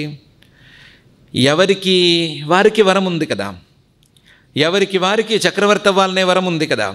ఏకకాలంలో 8 మంది చక్రవర్తులుగా ఎలా అవుతారు? చక్రవర్తి అంటేనే భూమండలం మొత్తానికి చక్రవర్తి కదా. మరి భూమండలం మొత్తానికి ఏకకాలంలో 8 మంది చక్రవర్తులు ఎక్కడి నుంచి వస్తారు? రావడానికి వీల్లేదు. అధికారం ఎప్పుడూ ఒకరి చేతిలోనే ఉంటుంది కదా. మళ్ళీ వరదేవతల మధ్య యుద్ధం మొదలైంది. ఈ వరదేవతలు 8 మంది వరదేవతలు నేను నేను నేను నేను అని కొట్టుకున్నారు కాసేపు. అక్కడ మళ్ళీ తేలలేదు. తేలక మళ్ళీ బ్రహ్మదేవుడి గారి దగ్గరికే వెళ్ళారు. బ్రహ్మదేవుడి దగ్గరికి వెళ్ళి, అయ్యా ఇది సమస్య, శాపదేవతల్ని పక్కకి తోలాము, మాలో మాకే ఇబ్బంది వచ్చింది, నేను పని చేయాలా, సీనియారిటీని ఫాలో అవ్వచ్చా అవ్వకూడదా, ఏంటి పరిస్థితి, ఇలాంటి సమస్యలు చాలా ఉన్నాయండి అని అడిగారు. అడిగితే బ్రహ్మగారు ఏం చెప్పారంటే, మీకు అసలు బుర్ర లేదు, మీ పనేంటి, మీరిచ్చిన వరాన్ని పూర్తి చేసేయటం, పూర్తి చేసుకోండి పోండి. మీ వరానికి ఎంత బలం ఉంది అంటే, ఒకవేళ గనక మీలో చక్రవర్తి అవ్వటానికి కావలసినటువంటి భూమి ఎవరికైనా లేకపోతే ఒక భూమినే సృష్టి చేసి ఆ సృష్టి చేసిన భూమికి చక్రవర్తిగా మార్చగలిగిన బలం మీకుంది. ఒకసారి అలాంటి వరం వచ్చేస్తే భూమి లేదు అనటానికి ఏమీ లేదు, భూమిని అందులోనే కలుపుకొని భూమిని సృష్టి చేసి భూమికి రాజుగా చక్రవర్తిగా చేసేయటం, అదే కదా మీ పని, చేసేసుకోండి పోండి. అందరూ 8 భూముల్ని సృష్టి చేయండి, 8 భూముల్ని సృష్టి చేసి 8 భూములకి 8 మందిని చక్రవర్తులుగా మార్చేయండి అని చెప్పేశాడు బ్రహ్మగారు. వరదేవతలు అన్నారు, అది పెద్ద ఇష్యూ కాదు, అంతవరకు చేయొచ్చు, కానీ వీళ్ళకి ఇంకా 8 మంది వరదేవతలు ఉన్నారు, ఆ వరదేవతల ప్రకారం వీళ్ళు గది దాటి బయటికి వెళ్ళటానికి వీల్లేదు, ఒకే గదిలో ఉండాలి, దీనికి ఏం చేయమంటారు అన్నారు. అంటే బ్రహ్మదేవుడు అన్నాడు, అది కూడా పెద్ద ఇష్యూ కాదు, ఒక అణువంత భూమిని సృష్టి చేయండి, ఆ అణువంత భూమిలో ఒక్కొక్క అణువుని గదిలోనే ఉంచేసేయండి, ఒక్కొక్క అణువుకి ఒక్కొక్కడు చక్రవర్తి అవుతాడు, ఆ చక్రవర్తిగా వాళ్ళు అనుభవిస్తారు, హాయిగా సుఖంగా వెళ్ళిపోతారు, మీకేం ఇబ్బంది ఉండదు, వదిలేసేయండి పొండి అన్నాడు. బాగానే ఉందనుకున్నాయి వరదేవతలు. అనుకుని ఏం చేసినాయంటే, ఒకే గదిలో, ఏ గదిలో అయితే భార్యలు తపస్సు చేశారో ఆ గదిలో కూర్చుని ఓ అణువంత భూమిని సృష్టి చేసి ఆ అణు భూమికి ఈ 8 మందిని ఎవరికి వాళ్ళని భూమిలోకి చక్రవర్తులు చేసేసి, భార్యలు అక్కడే ఉన్నారు, వదిలిపెట్టలేదు, పై జన్మలో కూడా వాళ్ళే వచ్చారు, వాళ్ళు అక్కడే కూర్చున్నారు. ఈ 8 మంది చక్రవర్తులు, 8 మంది భార్యలు, 8 భూములు, ఆ భూమి కూడా మనం అనుకునే చిన్న భూమి కాదు, ఓ భూగోళ వర్ణనంలో ఉండేటువంటి మహాభూమి. ఆ మహాభూమి మొత్తం ఒక్కొక్కళ్ళకి ఉంది. వీళ్ళు ఒకరోజు ఈ ద్వీపంలో, ఇంకో రోజు ఆ ద్వీపంలో, ఇంకో రోజు ఇంకో ద్వీపంలో అని సంచరిస్తూ హాయిగా రాజ్యం చేస్తూ సుఖంగా ఉండబోతారు అని ఆయన పెద్ద ఆయన చెప్పాడు. ఈ కొందదంతుడు ఈ మాట విన్నాడు. వింటే మనమంటే కథ వింటున్నాం కాబట్టి పెద్దగా క్వశ్చన్స్ ఏమి రావు, లేదో వాళ్ళ తిప్పలు వాళ్ళు పడ్డారు, భూమి అంటే పెద్ద భూమి కాదు, అణువంత భూమి అని అనుకుని తృప్తి పడతాం. కొందదంతుడు అలా తృప్తి పడలేడు కదా. అదిలా కుదురుతుంది స్వామి, ఒక అణువు అనేది, ఒక చిన్న అణువు, ఒక గదిలో పట్టేంత అణువు, అంత భూమి అనేది ఉంది, దానికి ఒక చక్రవర్తి ఉంటాడు, ఆ చక్రవర్తి చాలా తపస్సు చేస్తే కానీ దాన్ని సాధించలేడు అని చెప్పితే నమ్మటం ఎట్లాగండి అని అడిగాడు. ఆయన పెద్ద ఆయన సామాన్యుడు కాడు, చాలా తీవ్రమైన తపస్సు చేసిన వాడే. ఆయన చెప్పాడు, నాయనా నీకు అసలు ఈ సృష్టి తాలూకు వ్యవహారాలు ఇవేం వంట పట్టలేదు, సరిగ్గా దాని గురించి నువ్వు ఆలోచించలేదు. ఆలోచించి చూస్తే అసలు చైతన్యం అనేదాన్ని అణువు కింద ఉపనిషత్తుల్లో చెప్పారా చెప్పలేదా? చెప్పారు.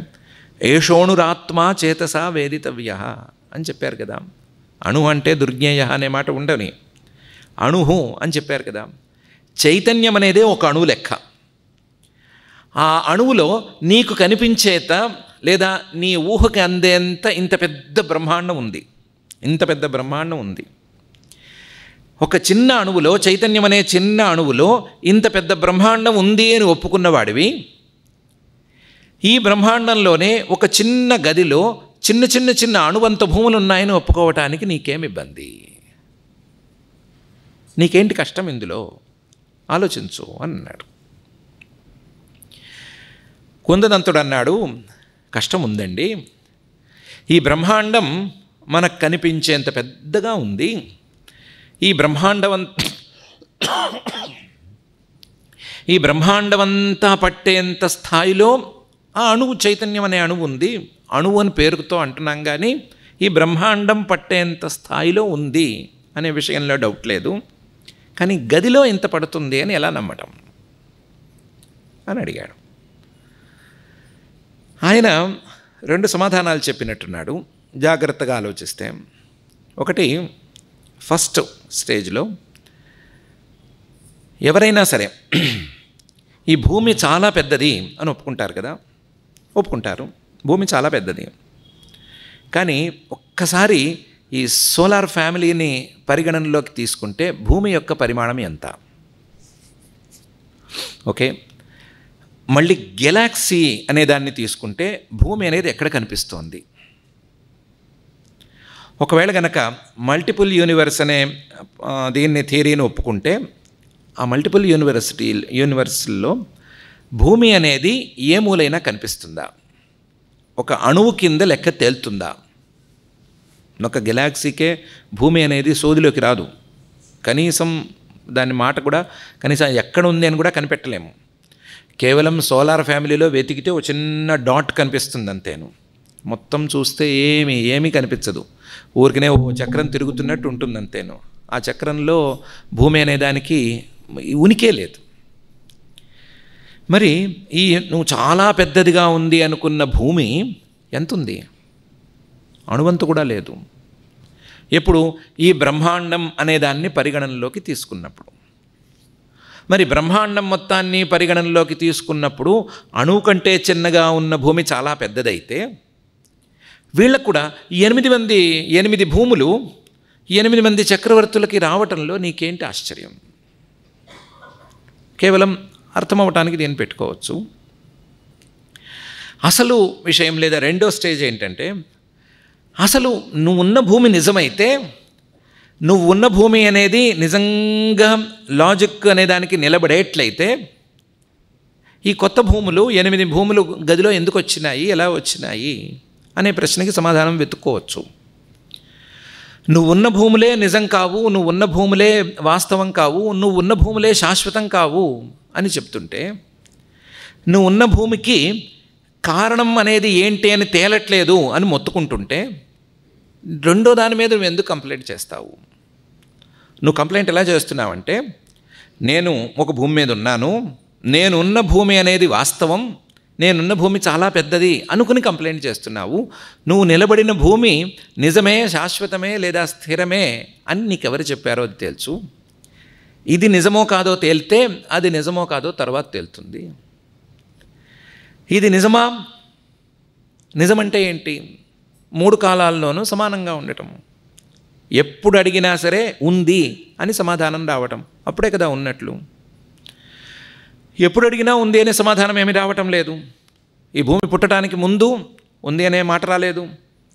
భూమి ఎప్పటికో ఒకప్పటికి కొన్ని కోట్ల సంవత్సరాల తర్వాత ఎక్కడికో కలిసిపోతుంది అని అనుకున్న తర్వాత ఉంది అనే సమాధానం రాదు. సమాధానం మధ్యలో కొంతకాలం పాటు వస్తోంది. ఈ సమాధానం చెప్పేవాళ్ళు ఎవరో స్థిరంగా లేరు. ఒకే మనిషి ఇన్ని వేల సంవత్సరాల నుంచి భూమి ఉంది అని చెప్పేవాడు కూడా లేడు. ఇంతకుముందు ఎవరో చెప్పి వెళ్ళిపోయారు, ఇప్పుడు మనం చెప్పుకున్నాం, తర్వాత ఎవరో చెప్పబోయేవాళ్ళు వస్తున్నారు. ఈ ఉంది అని చెప్పేవాడే స్థిరంగా లేడు. ఉంది అని చెప్పవలసినటువంటి భూమి 3 కాలాల్లో ఏమీ స్థిరంగా లేదు. ఉంది అనే సమాధానం రావట్లేదు. రానప్పుడు ఈ భూమి అనేది నిజమని నీకెవరు చెప్పారు? ఈ భూమి అని నిజం అని నువ్వు ఎలా తేల్చావు? కాబట్టి నువ్వు నిలబడిన, నువ్వు పాదాలు మోపిన నీ స్థానమే అసత్యమైతే, నీ స్థానమే మిథ్య అయితే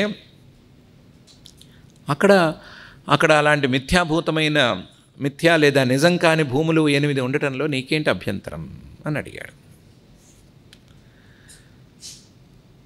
ఇంతకీ ఏం చెప్పదలుచుకున్నారండి అని అడిగితే, నువ్వున్న భూమి మిథ్యే, వాళ్ళు చక్రవర్తులుగా వచ్చిన భూమి మిథ్యే, 2 మిథ్యలే, 2 మాయ తాలూకు ప్రభావాలే, 2 సంకల్పాలతో సృష్టి చేసుకున్నవే, రెండిటికి ఏమీ తేడా లేదు. తేడా ఎక్కడ కనిపిస్తోందంటే, నువ్వు నుంచున్న భూమి ఒక ప్రాసెస్తో పుట్టినట్టు కనిపిస్తోంది. ఒక ప్రాసెస్ నడిచింది. ఏదో హిరణ్యగర్భుడు, ఆ హిరణ్యగర్భుడు సృష్టి చేద్దాం అనుకున్నాడు, మహత్తత్వం పుట్టింది, తర్వాత అంతఃకరణం పుట్టింది, పంచమహాభూతాలు పుట్టినాయి, దాంట్లో ఏదో భూమి అనేటువంటి స్థూలమైన భూతం పుట్టింది అని కొంతమంది చెప్తారు. ఏదో బిగ్ బ్యాంగ్ థియరీ, ఆ థియరీ, ఈ థియరీ, ఇంకోళ్ళు చెప్తారు. థియరీలు ఎన్ని చెప్పినా సరే ఒక ప్రాసెస్ అందులో ఉంది. ఆ ప్రాసెస్ ప్రకారం నడుస్తోంది. ప్రాసెస్ ప్రకారం నడిచింది నిజం అని అనుకుంటున్నావు. ఒక ప్రొసీజర్లో కనుక ఉంటే అది నిజం అని నిర్ణయించుకున్నావు. ఆ ప్రొసీజరే అబద్ధమైతే, ప్రొసీజరే తప్పైతే దాన్ని ఏం చేస్తాము? ఆ ప్రొసీజర్లో పరమమూలంగా ఉన్నది మాయే అయితే దాన్ని ఏం చేస్తాము? కాబట్టి మాయామూలంగా ఉండేటువంటి సృష్టిలో ఎంత ప్రాసెస్ నడిచినా సరే అది నిజం కావటానికి వీల్లేదు. మాయ మూలంగా ఉంటే నిజం కావడానికి వీల్లేదు. నేను ఒక సింహాసనంలో కూర్చునున్నాను. నా నెత్తి మీద కిరీటం పెట్టారు. కిరీటం పెట్టిన తర్వాత చుట్టూ ఉన్న వాళ్ళందరూ నా గురించి పాడుతున్నారు. పాడుతున్న తర్వాత అందరూ విసినకర్రలు పెట్టి వీసిరారు. వచ్చిన వాళ్ళందరూ నా కాళ్ళ మీద పట్టి దండం పెట్టారు. నేను మహాచక్రవర్తి కింద పరిగణనలోకి వచ్చాను, చెల్లుబాటు అయ్యాను అని ఎవరో చెప్పుకుంటూ వస్తున్నారు. వినేవాడు కూడా వింటున్నాడు. అవునా, ఎప్పుడు జరిగింది, ఆ తర్వాత ఏమైంది, ఆ తర్వాత ఏమైంది అని అడుగుతూ వస్తున్నాడు. ఆ తర్వాత మెలకువ వచ్చింది అని చెప్పాడు. ఇప్పుడు ప్రొసీజర్ నడిచింది కదా. సింహాసనంలో కూర్చోబెట్టారు, కిరీటం పెట్టారు, పెట్టిన తర్వాత పాటలు పాడారు, విసినకర్రలు పెట్టి విసిరారు, అన్నీ చేశారు కదా. చివరికి ఒక్క మాటతో ఇదంతా ఏం లేదు అని ఎందుకు వెళుతున్నాము? ఆ తర్వాత మెలకువ వచ్చింది అని అన్నంగానే ఎందుకు అది కళ అని నిర్ణయించుకుంటున్నాము? కళ అయితే అదేం నిజం కాదు అని ఎందుకు అనుకుంటున్నాము? ప్రొసీజర్ ఉంది కదా. అంటే కళ అనేది నిద్రతో వస్తోంది. నిద్రతో వచ్చినటువంటి కళ, ఆ కళలో ఉండేటువంటి అంశాలు, అందులో జరిగేటువంటి సంఘటనలు, వీటికి విలువ లేదు అని నిర్ణయించుకున్నాం కదా. నిర్ణయించుకుని కళ అంటే చిచి పక్కకు తోసేయి అని అంటున్నాం కదా. కళలో వచ్చిన దాన్ని కూడా కళ అంటే ఏంటి అని ఉత్సాహంగా వినటమే తప్ప నిజమనుకుని మేము వినటం లేదు కదా. అలాగే ఈ సృష్టి మొత్తానికి మూలం మాయ. ఇలాంటి నిద్రల్ని ఎన్నో వేలు కోట్లు కలిపితే వచ్చేటువంటి మాయ అని చెప్తూ ఉంటే, ఆ మాయతో వచ్చిన ఈ సృష్టి నిజం అనుకుని ఎందుకు వెంపర్లాడుతున్నావు? ఈ సృష్టి నిజమని అనుకుని ఇంకొక సృష్టిని గురించి చెప్తే ఎందుకు నువ్వు ఇబ్బంది పడుతున్నావు అని అడిగాడు. అడిగితే ఈయన దాన్ని ఒప్పుకున్నాడు. ఒప్పుకుని ఇంత చెప్పినా సరే మనం ఇంతటితో వదిలేసేయకూడదు, మనం ఈ పెద్ద ఆయనతో వెళ్ళి ఇది జరుగుతోందా లేదా అని చూసి నిర్ణయించాలి అని అనుకున్నాడు. అనుకుని పెద్ద ఆయనతో పాటు వెళ్ళాడు. ఈయన అన్నట్లే ఆ పెద్ద ఆయన ఈయన్ని చాలా ఆదరంగా ఇంటికి తీసుకెళ్ళాడు. ఈయన పెద్ద ఆయన ఇంటికి వెళ్ళేసరికి మిగతా తమ్ముళ్ళందరూ అక్కడికి ఉన్నారు. అందరూ కలిశారు, సంతోషించారు. 8 మంది ఒకే గదిలో కూర్చుని హడావిడి కదా, హడావిడి చేసుకున్నారు. హడావిడిలో ఈయన్ని కూడా కలిపారు. 8, 16, ఈయన 17వ వాడు అయ్యాడు. ఈయన్ని కూడా వాళ్ళందరూ ఆదరంగా చూశారు. ఒక రోజున వాళ్ళందరూ పడిపోయారు. పడిపోయిన తర్వాత ఈయన చక్రవర్తులు అవ్వటం ఎలా అని చూద్దాము అని అనుకుని కూర్చున్నాడు అక్కడ. ఈయన కంటికి కనిపించలేదు. అది కనిపించకపోవటంతో ఇంకా లాభం లేదనుకుని బాధపడి బయటికి వచ్చేసాడు. వచ్చేసిన వాడు ఎక్కడెక్కడో తిరిగి ఏమేమో చేశాడు. చివరికి పాపం ఒక సభలో శ్రీరామచంద్రుడికి దొరికాడు. దొరికితే ఆయన్ని చూసి ఈయన కనిపెట్టి, నువ్వేదో విచారణ చేస్తున్న వాళ్ళ ఉన్నావు, నువ్వేదో ప్రయత్నం చేస్తున్న వాళ్ళ ఉన్నావు, కానీ అలసిపోయి ఉన్నావు. ఎందుకు ఇలా అలసిపోయావు, ఏం చేస్తున్నావు అని ఈయన అడిగాట. అడిగితే ఆయన సమాధానం ఇలా అయిందండి నాకు. నేను ఆ తర్వాత ఆ ప్రశ్నకి సమాధానం కోసం చాలా ప్రయత్నాలు చేశాను. ఆయన చెప్పిన మాటలు నాకు చెవుల్లో తిరుగుతున్నాయి. దానికోసం ఇంకా కూడా ప్రయత్నాలు చేస్తూ వచ్చాను. వస్తూ ఉంటే ఏదో కొంతమేరకు అయింది, కానీ అలుపు ఎక్కువ అవుతోంది. ప్రయత్నం సఫలం అవ్వటం కంటే కూడా అలుపు ఎక్కువ అవుతోంది. అందుకని నా మొహంలో మీకు అలసట కనిపిస్తోంది అని చెప్పాడు. చెప్తే ఈయన కొందతంతులు ఇంకో విషయం కూడా చెప్పాట. నాకు ఆ పెద్ద ఆయన చెప్పాడు, ఎవరు ఆ కదంబ వృక్షం కింద కూర్చుని తపస్సు చేసుకున్న మహారాజు గారు చెప్పాడు. నేను మళ్ళీ వెళ్ళి అడిగాను ఆయన్ని, ఏమండి మీరు ఈ కళ అన్నారు, అక్కడ ఇలా అయింది, నాకు ఇంకా కూడా ఈ విషయంలో క్లారిటీ కావాలండి అని అడిగాను. అడిగితే ఆయన ఒక మాట అన్నాడు, నాయనా నేను సమాధి స్థితి లేకుండా ఎక్కువసేపు ఉండలేను, ఎక్కువసేపు నీతో బాతాకాని వేసుకుంటూ కూర్చోలేను, అందువల్ల నేను సమాధి స్థితిలోకి వెళ్ళిపోవాలి. తొందరలో శ్రీరామచంద్రుడు పుట్టబోతున్నాడు, నువ్వు ఆయన దగ్గరికి వెళ్ళు, ఆయన నువ్వు వశిష్ఠ మహర్షి మాట్లాడుకుంటారు, వాళ్ళు రహస్యంగా మాట్లాడుకోరు, 1 to 1 కూర్చొని మాట్లాడుకోరు, నీలాంటి వాళ్ళు నాలాంటి వాళ్ళు ఇంతకంటే ఎక్కువ వాళ్ళు తక్కువ వాళ్ళు ఎవరికైనా సరే వినిపించేటట్లు, విన్న వాళ్ళందరికీ అర్థమయ్యేటట్లు మాట్లాడుకుంటారు, వివరంగా మాట్లాడుకుంటారు. నువ్వు వెళ్ళి అక్కడికి వెళ్ళి కూర్చుంటే ఆ వశిష్ఠ మహర్షి గారు చెప్పే మాటలు వింటే నీకు ఈ సందేహాలన్నీ తీరిపోతాయి. అంతవరకు వదిలిపెట్టకుండా పట్టుకో, అది దొరుకుతుంది, దొరికినప్పుడు దాన్ని వాడుకో అని చెప్పి పంపించేశాడు. అందుకని మీకోసం ఎదురు చూస్తున్నాను, మీరు ఎప్పుడో రాబోయే కాలంలో వశిష్ఠ మహర్షి గారితో కలుస్తారట, కలిసినప్పుడు నన్ను కూడా ఆ సభలోకి తీసుకెళ్ళండి అని అడిగాట. దాందేముంది, నాతో పాటే ఉండు, నేను వెళ్ళినప్పుడు నిన్ను తీసుకువెళ్తాను అని శ్రీరామచంద్రుడు మాట ఇచ్చాట.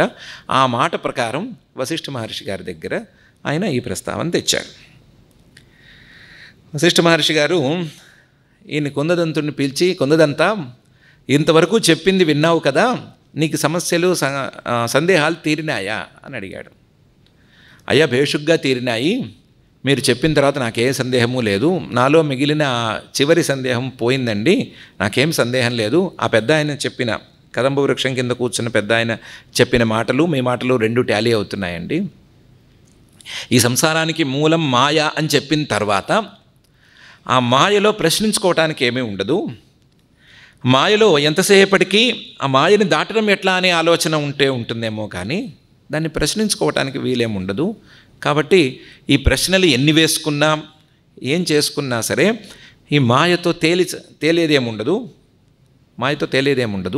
చేయవలసిందల్లా ఈ మాయ దాటేందుకు దారి ఏంటి అని వెతుక్కోవలసిందే. దానికి తత్వజ్ఞానం ఒకటే మార్గం అండి, ఈ సంకల్పాలు ఈ సంస్కారాలు ఇవన్నీ పోయేటట్లుగా దారి చూసుకోవటమే మార్గం అండి అని నాకు తేలింది అని చెప్పేశాడు ఆయన.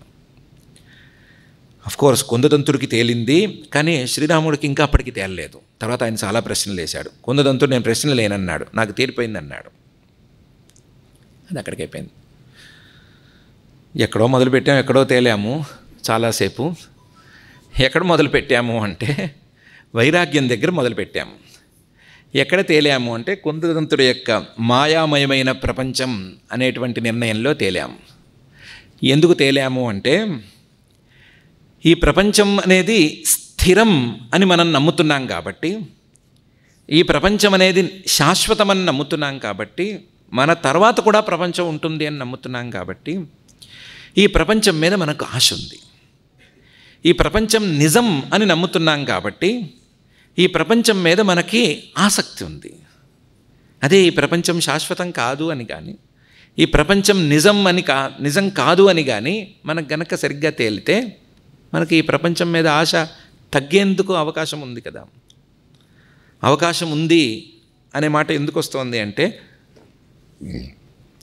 ఇది నిజం కాదు అని నమ్మటానికి ఎంత కష్టపడితే, ఈ నిజం కాదు అనేటువంటి నమ్మకం ఎంతగా బలపడితే అంతగా దీని మీద ఆశ తగ్గుతూ వస్తుంది. కాబట్టి అవకాశం ఉంది అని చెప్పుకుంటున్నాము. నిజానికి రెండు ఒకదానికొకటి కలిసిపోయి ఉన్నవి. ఇది స్థిరం అని అనుకుంటే నేను పీట వేసుకుని కూర్చోకపోయినా సరే నా తాలూకుదేదో నేను లేనప్పుడు కూడా ఉంటుంది అనే ఆశతో దీని మీద ఆశ పెంచుకుంటున్నారు. నేను ఉండాలనేమీ లేదు, నేను వెళ్ళే లోపల మొత్తం ఖాళీ చేస్తానని ఎవ్వరికీ లేదు, ఆ ఇబ్బంది ఏం లేదు. నా తర్వాత కూడా ఈ ప్రపంచం ఉండాలి, ప్రపంచం ఉంటుంది, అది నాదై ఉండాలి అనే ఆశతో దీని మీద ఆశలు పెంచుకుంటున్నారు. ఇది అసలు నువ్వు ఉన్నప్పుడే లేదు, నీకంటే ముందు లేదు, నీ తర్వాత లేదు అనే మాట చెప్తే, దీని మిథ్యాభావం అనే దాని గురించి పరిచయం చేస్తే ఆశ అనేది పోనే పోతుంది. ఈ మిథ్యాభావన అనేది అందరికీ కొంచెం నవ్వులాటగా ఉంది. కొంతమంది వెక్కిరిస్తారు. ఆ వెక్కిరిచ్చిన మాటలు నిజమని మనం భ్రమపడుతూ ఉంటాము. గజో మిథ్యా పలాయనం మిథ్యా అని దానికి కథ కూడా చెప్తారు. మనం వశిష్ఠ మహర్షి గారు చెప్పుకున్న కథలు తప్ప ఇంకో కథలు చెప్పుకోకూడదు అని ఒట్టు పెట్టుకున్నాం కాబట్టి ఆ గజో మిథ్యా పలాయనం మిథ్యా జోలికి వెళ్ళొద్దు. కానీ ఇలాంటి వెక్కిరింతలు ఎన్నెన్నో ఉన్నాయి. ఎంత మిథ్య గురించి మాట్లాడుకుంటూ పోయినా నరాలు కదిలి ఆకలేయటం గ్యారంటీ. ఆకలి మిథ్య అనేది అవ్వదు. టైము మిథ్య కాదు, టైము పూర్తయిపోతుంది. అన్నీ శరీరంలో ఉండేటువంటి రకరకాల నరాలు కదులుతూనే ఉంటాయి, నాడులు కదులుతాయి. కాబట్టి ఈ మిథ్యాత్వం అనే దాని మీద మనకి సరి అయిన భావన అనేది రాలేదు. కానీ ఈ మిథ్యాత్వాన్ని గనక శాస్త్రీయంగా సరిగ్గా తెలుసుకుంటే మనకున్నటువంటి తృష్ణ అనేది పూర్తిగా సమసిపోతుంది అనే విషయంలో సందేహం మాత్రం అక్కర్లేదు. తృష్ణ అనేటువంటి పిశాచానికి సరి అయిన మంత్రం అనేది ఈ మిథ్యాత్వ భావన మాత్రమే అని మహర్షి గారు తృష్ణా పిశాచం అనే ప్రయోగం కూడా అక్కడక్కడ చేశారు. పిశాచం అని ఎందుకు చెప్పారంటే మిగతా జీవులన్నీ ఒక ఎత్తు, పిశాచాలు ఒక ఎత్తు. మిగతా జీవులకి వాటికి ఏం కావాలి, పక్కవాడికి ఏం అపకారం చేయాలి అనే విషయం మీద క్లారిటీ ఉంది. ఈ పిశాచాలకి వాటికి ఏం కావాలి అని తెలియదు, పక్కవాళ్ళని ఏం కావాలని తెలియదు, పక్కవాడికి ఏం చేస్తే వీటికి లాభం అనేటువంటి వ్యవస్థ లేదు. తోచింది చేసుకుంటూ పోవటం అనేది ఆ పిశాచాల లక్షణం. ఈ తృష్ణ అనేటువంటి పిశాచం తాలూకు లక్షణం కూడా అదే. తోచింది చేస్తూ పోవటమే తప్ప ఏం కావాలి, ఎందుకు కావాలి, ఎందుకు ఇలా అనేటువంటి విచారణ మాత్రం దీనికి ఉండదు. కాబట్టి దీనికి పిశాచం అనే పదప్రయోగం చేస్తున్నాము అని కూడా ఆయన సూచన చేశారు. ఆ తృష్ణా పిశాచానికి సరియైన విరుగుడు ఈ మిథ్యాత్వ భావన. ఈ మిథ్యాత్వ భావన అనేది కనుక సరిగ్గా రావాలి అంటే శాస్త్రీయమైనటువంటి దృక్పథం అనేది అలవాటు అవ్వాలి. ఆ శాస్త్రీయమైన దృక్పథం గురుముఖత అలవడాలి. ఆ గురుముఖత గురువాక్యాలతో వచ్చినటువంటి శాస్త్రీయమైన విశ్లేషణ ద్వారా ఈ జగత్తు యొక్క మిథ్యాత్వాన్ని ఒకసారి నిర్ణయించుకుంటే ఈ జగత్తు మీద కోరిక అనేది కలగదు. కలలో చూసిన ఫలానా వస్తువు ఎక్కడుంది అని ఎవరూ పరిగెత్తుకుపోరు. ఎవరో గాది మహర్షి గారు అలా చేశాడేమో కానీ వేరే కారణంతో మనం ఎవరో ఆ పని చేయము. ఎందుకంటే కలలో చూసింది నిజం కాదు, నిజం కాని దాని మీద మనకు ఆశక్కర్లేదు అని. నిజమని నమ్ముతున్న దాని మీద మాత్రం ఆశ చక్కగానే ఉంది. ఆ ఆశని కూడా ఇలా గెలవచ్చు అని మహర్షి గారు చక్కగా చెప్పారు.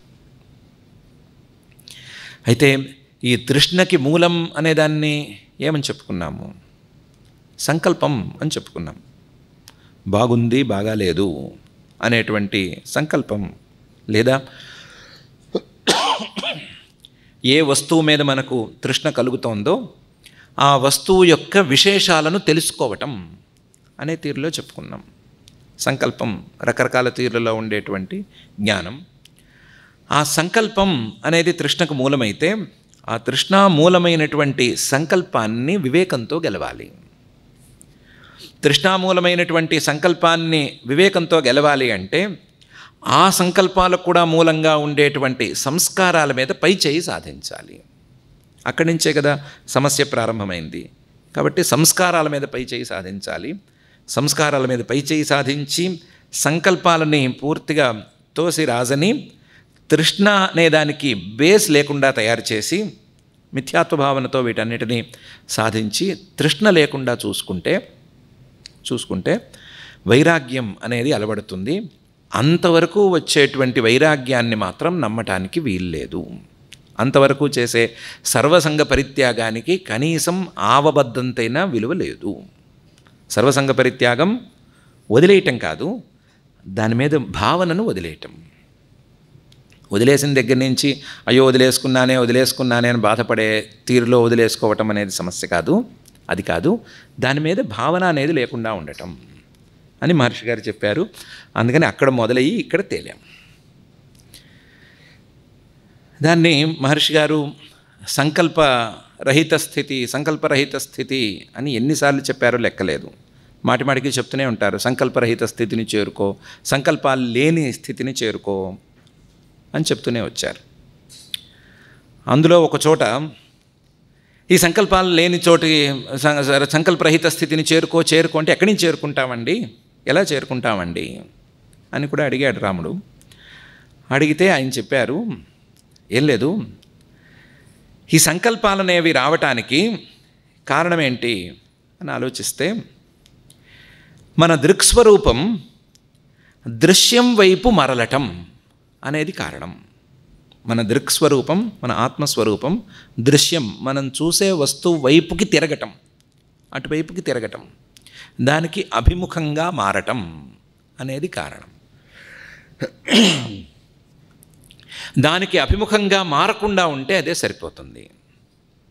అభిముఖంగా మారకుండా ఉండటం అంటే ఏం చేయాలి అంటే దృశ్యం మీద ఉండేటువంటి ఆసక్తిని మొదలు తెంచేసుకోవాలి. దృశ్యం వైపుకి మనస్సుని కానీ లేదా ఈ అనుభవాన్ని కానీ మళ్ళనివ్వకుండా ఉండాలి. అలా ఉంటే గనక, తిప్పేస్తే గనక, సహజంగా ఉండేటువంటి స్వభావాన్ని తిప్పి వెనక్కి మళ్ళిస్తే గనక ఇది సాధ్యపడుతుంది అని చెప్పారు. మళ్ళీ అది చాలా పెద్ద ప్రయత్నం. కాకపోతే మనం సంస్కారాలు ఒకటి చూసుకోవాల్సింది. ఈ సంస్కారాలకి మూలమేమిటి అంటే మాయ అనుకున్నాము. ఈ సంస్కారాల వల్ల వచ్చేదేమిటి అంటే సంకల్పాలు అనుకున్నాం. సంకల్పాల వెనకాల సంస్కారాలు, దాని వెనకాల మాయ ఉంది అని అనుకున్నాము. ఇందులో మాయ అనేది అసలు కంటికి కనిపించేది కాదు. సంస్కారాలు కనీసం ఊహకైనా అందుతాయి, కానీ ఇవే చాలా డేంజరస్. ఇవే ఒకదాని మీద ఒకటి గూళ్ళలాగా అల్లుకుంటున్నాయి. అల్లుకుని మెల్లగా ముదిరి సంకల్పాలుగాను, ఇంకా ముదిరి మనస్సు, తృష్ణ ఈ విధంగాను మారుతున్నాయి అని అనుకున్నాము. ఈ సంస్కారాల మీద కనుక పై చేయి సాధిస్తే, ఈ సంస్కారాల ప్రభావాన్ని తగ్గిస్తే, సంస్కారాలు పనిచేయటం మానేస్తే ఈ సంకల్పాలు, మనస్సు, తృష్ణ ఇవన్నీ కూడా పక్కకి జరుగుతాయి అనే విషయాన్ని కూడా మహర్షి గారు చెప్పారు. ఎక్కడ చెప్పారు అంటే మనం మొన్న మొదలుపెట్టుకున్న శంబరాసుర వృత్తాంతంలో చెప్పారు. ఆ శంబరాసుర వృత్తాంతంలో ఎక్కడికి ఆపుకున్నాం మనం అంటే దామ వ్యాళ కటులు ముగ్గురు ఆ శంబరాసురుడు సృష్టి చేస్తే వచ్చినటువంటి వాళ్ళు ఎక్కడో యమలోకం నుంచి ఇంకా ఎక్కడెక్కడికో ఏ జన్మలకో వెళ్ళిపోయారు అనే చోట ఆపుకున్నాం. ఈ వ్యవహారంలో దేవతలు మేము గెలిచామని అనుకున్నారు. చాలా బలవంతులు దామవ్యాళకటులు వాళ్ళు ముగ్గురు పారిపోయారు. పారిపోయేసరికి ఇంకా మనకి తిరుగులేదు అని వాళ్ళు అనుకున్నారు. కొంతసేపు శంబరాసురుడు కూడా అరిచి గీ పెట్టాడు, ఎక్కడ పోయారు వీళ్ళు, దాముడు వ్యాలుడు కటుడు అని. వాళ్ళేమో దొరకటం లేదు. ఈ లోపల దేవతలు రాక్షస సైన్యాన్ని చిందరవందర చేసేశారు. చేసేస్తే శంబరాసురుడు ఓడిపోయినంత పరిస్థితి వచ్చింది. దాంతో శంబరాసురుడికి మళ్ళీ కోపం వచ్చి ఏంటి ఎక్కడ తేడా జరిగింది, నేను చాలా జాగ్రత్తగా డిజైన్ చేశాను కదా, డిజైన్ చేసిన వాడిని ఎక్కడ తప్పు చేశాను, ఎందుకు వాళ్ళు వెనక్కి వెళ్ళిపోయారు అని చూశాడు. మళ్ళీ మొత్తం రీవైండ్ చేసి మొత్తం చూసుకున్నాడు వెనక్కి వెళ్ళి. సంస్కారాలు లేకుండా నేను సృష్టి చేశాను, ఈ దేవతలేమో దుర్మార్గులు, వాళ్ళకి సంస్కారాలు అలవాటు చేసేశారు, దాంతో సంస్కారాలతో వీళ్ళు మళ్ళీ పాడైపోయి మిగతా వాళ్ళలా నటించడం మొదలుపెట్టారు. అయితే ఏం చేయాలి అంటే ఈసారి అలా కాదు, సంస్కారాలు వచ్చే అవకాశం ఉన్నా సరే వాటిని వివేకంతో గెలవగలిగిన వాళ్ళని సృష్టి చేయాలి అని అనుకున్నాడు. అనుకుని భీమ భాస దృఢులు అనే పేరుతో ముగ్గురు రాక్షసుల్ని మళ్ళీ సృష్టి చేశాడు. ఆ దామవ్యాళకటులు అలాగే ఉన్నారు. ఈసారి భీమ భాస అని ముగ్గురు రాక్షసుల్ని సృష్టి చేశాడు. దృఢుడు అని. అందులో భీముడు అంటే మంగళకరుడు అనే అర్థంలో పెట్టుకున్నాడు, ఆ అర్థం వచ్చేటట్లు పెట్టాడు. భాసుడు అంటే తెలివిగలవాడు అనే అర్థం వచ్చేటట్లు పెట్టుకున్నాడు. దృఢుడు అంటే ఇలాంటి చిన్న చిన్న వ్యవహారాలకు లొంగడు, బలంగా ఉంటాడు అనే అర్థంలో పెట్టుకున్నాడు. అలా ముగ్గురిని తయారు చేసుకున్నాడు. ముగ్గురిని తయారు చేసి వీళ్ళకి సంస్కారాలు లేకుండా ఉండేటువంటి పరిస్థితి లేకుండా, భయము అలాగే ఒక కోరిక వీటికి సంబంధించిన సంస్కారాలు లేకుండా చేసి మంచి సంస్కారాలను మాత్రం వీళ్ళలో కలిపాడు, మంచి సంస్కారాలు ఉంచాడు. మంచి సంస్కారాలతో పాటు వివేకాన్ని కూడా ఉంచాడు. వివేకానికి కావలసినటువంటి విచారణ చేసుకునే సామర్థ్యాన్ని కూడా వీళ్ళలో ఉంచాడు. ఉంచి ఈ భీమభాసదృఢుల్ని దేవతల మీదకి వదిలాడు. దేవతలు ఏమరపాటులో ఉన్నారు. ఎలా ఉన్నారు? ఎంతటి వాడు వచ్చినా సరే మడత పెట్టేస్తాం అనేటువంటి ధైర్యంలో ఉన్నారు. దామవ్యాళ కటుల కంటే ఎవరున్నారు అంత కటువుగాను. ఇంకో ముగ్గురు వచ్చారు, వీళ్ళది ఎంతసేపు అని అనుకున్నారు. అనుకుంటే ఈ ముగ్గురు వచ్చి పడ్డారు. వచ్చి యుద్ధం చేస్తున్నారు. యుద్ధం చేస్తే వీళ్ళని ఓడించడం దేవతల తరం కాలేదు. వీళ్ళని కూడా పాత వాళ్ళలాగా, పాత ముగ్గురులాగా సంస్కారాల కోసం కొత్త కొత్త పనులు చేసి మోసం చేద్దామని చూస్తే వీళ్ళు లొంగలేదు. వీళ్ళు దేవతలు ఏదైనా ఒక వస్తువుని పంపించి, లంచంగానో గిఫ్ట్గానో వస్తువుని పంపించి ఇది తీసుకుని యుద్ధం ఆపండి అని అంటే ఆ ముగ్గురు, ఆ భీమ భాస దృఢులు ముగ్గురు విచారణ చేసుకోవడం మొదలుపెట్టారు. పంపించేవాడెవడు, ఈ వస్తువు ఏమిటి, నేనెవరు అని విచారణ చేయటం మొదలుపెట్టారు. ఇది అనేది వేరుగా ఉందా, నేను అనేవాడిని వేరుగా ఉన్నానా, ఇది నాలోకి చేరాలా, చేరి నాదవ్వాలా, ఇంతవరకు వాడిదైంది ఈరోజు నాదైతే దీంట్లో ఏం తేడా వస్తుంది, నాకేం తేడా చేస్తుంది, దీనివల్ల నాకేంటి ఉపయోగం, నేను ఎందుకు పుట్టాను, పుట్టిన వాడిని నా పని నేను చేసుకోకుండా, నా యుద్ధం నేను చేసుకోకుండా వీడి గిఫ్ట్ నేను తీసుకుని ఈ గిఫ్ట్తో నేనేం తలదూకోవాలి అని ఆలోచించడం మొదలుపెట్టారు. దాంతో వీళ్ళు గిఫ్ట్లు ఏమైనా పంపిస్తే తిప్పి పంపించేయడం మొదలుపెట్టారు. దాన్ని పట్టించుకోలేదు. అక్కడక్కడ వీళ్ళకు కూడా పోన్లే బాగుంది కదా తీసుకుందాము అనేటువంటి ఆశ కలిగింది. కలిగినప్పుడు బాగున్న ప్రతిదీ మనదైపోతుందా, బాగుండటం అంటే ఏంటి, బాగుండకపోవటం అంటే ఏంటి, ఎంతకాలం బాగుంటుంది, ఎలా బాగుంటుంది, బాగుంది బాగుండలేదు అనే దాని మధ్య గీత ఏంటి, దాన్ని తేల్చే వాళ్ళు ఎవరు అని విచారణ చేయడం మొదలుపెట్టారు. మొదలుపెట్టడంతో బాగుంది అని ఎప్పుడైనా అనిపించినా వెంటనే ఆ భావన కూడా సమసిపోతూ ఉండేది. దాంతో వద్దనిపించేది, తోసేసేవాళ్ళు. కొంతసేపటికి దేవతలు కొంచెం జాగ్రత్తగా ఆలోచించి మీరు యుద్ధం ఎందుకు చేయాలి అనే ప్రశ్న వచ్చేటట్లుగా వాళ్ళకి ఏదో చేశారు. వాళ్ళు యుద్ధం ఎందుకు చేయాలి అని ఆలోచించుకుని, యుద్ధం కోసమే మేము పుట్టాం కాబట్టి, యుద్ధం మా కర్తవ్యం కాబట్టి చేయాలి అని చేయడం మొదలుపెట్టారు. ఆ చేసేటప్పుడు శంబరాసురుడి డిజైన్ ఎలా ఉందంటే, శంబరాసురుడి మీద ప్రేమతోనో దేవతల మీద ద్వేషంతోనో వాళ్ళు యుద్ధం చేయట్లేదు. వాళ్ళు కేవలం తమ కర్తవ్యం కాబట్టి చేస్తున్నారు. కర్తవ్యం అనే బుద్ధితో చేస్తున్నారు. దాంతో ఆ కర్తవ్య బుద్ధిలో వాళ్ళకి రాగద్వేషాలు లేకపోవటం వలన వాళ్ళ యుద్ధానికి, ఆ బలానికి అంతు లేకుండా ఉంది. దేవతలు ఓడిపోయారు, బాగా ఓడిపోయారు. ఈసారి ఓడిపోయిన వాళ్ళు బ్రహ్మగారి దగ్గరికి వెళ్ళటానికి ముఖం చెల్లక మహావిష్ణువు దగ్గరికి వెళ్ళారు. శ్రీమన్ మహావిష్ణువు వీళ్ళని నానా మాటలు అన్నాడు. ఏమయ్యా, బ్రహ్మగారు మీకు వివరంగా చెప్పారు, ఆ శంబరాసురుడు 1,00,000 సంవత్సరాల పాటు ఇలాగే రాజ్యం చేస్తాడు, వాడు ఉండగా మనం ఏం చేయలేము అని చెప్పారు, నిదానంగా పనిచేయమని చెప్పారు. మీరు కాలక్షేపం చేస్తూ ఉంటే, వీళ్ళకి సంస్కారాలు మెల్లమెల్లగా అలవాటు చేస్తూ ఉంటే,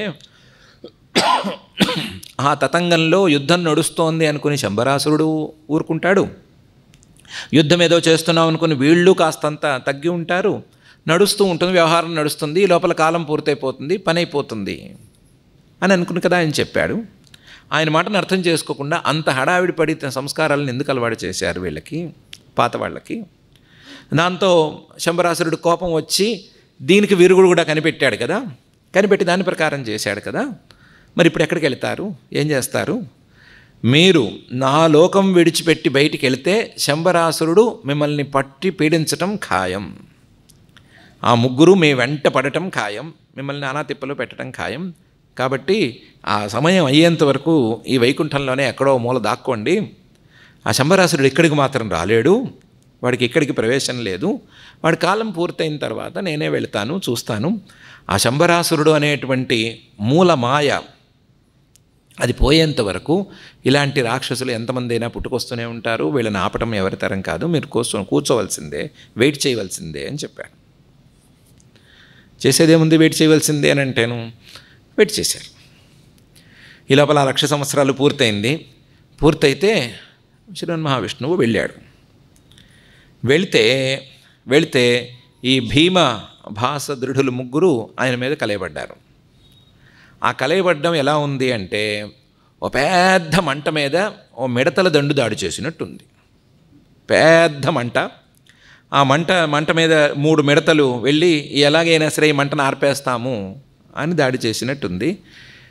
మిడతలు మంట మీద దాడి చేస్తే ఏమవుతుంది అంటే మిడతలు మంటలో పడి మసవటం తప్ప మిగిలేదేమి ఉండదు. అలాగే ఈ భీమ భాసదృఢులు ముగ్గురు కూడా మిడతల్లాగా ఈ మహావిష్ణువు అనేటువంటి పెద్ద మంటలో పడిపోయారు. కానీ ఆశ్చర్యంగా వాళ్ళు సమసిపోయారు, మళ్ళీ పైకి లేవలేదు. ఎందుకంటే వాళ్ళలో పైకి లేవటానికి కావలసిన ఏ సంస్కారము లేదు. పైకి లేవటానికి కావలసినటువంటి ఏ సంస్కారము లేదు. ఉన్న ప్రతి సంస్కారాన్ని వివేకంతో గెలుస్తూనే వచ్చారు. సంస్కారం రాబోయిన ప్రతి సందర్భాన్ని వివేకంతో గెలుస్తూనే వచ్చారు.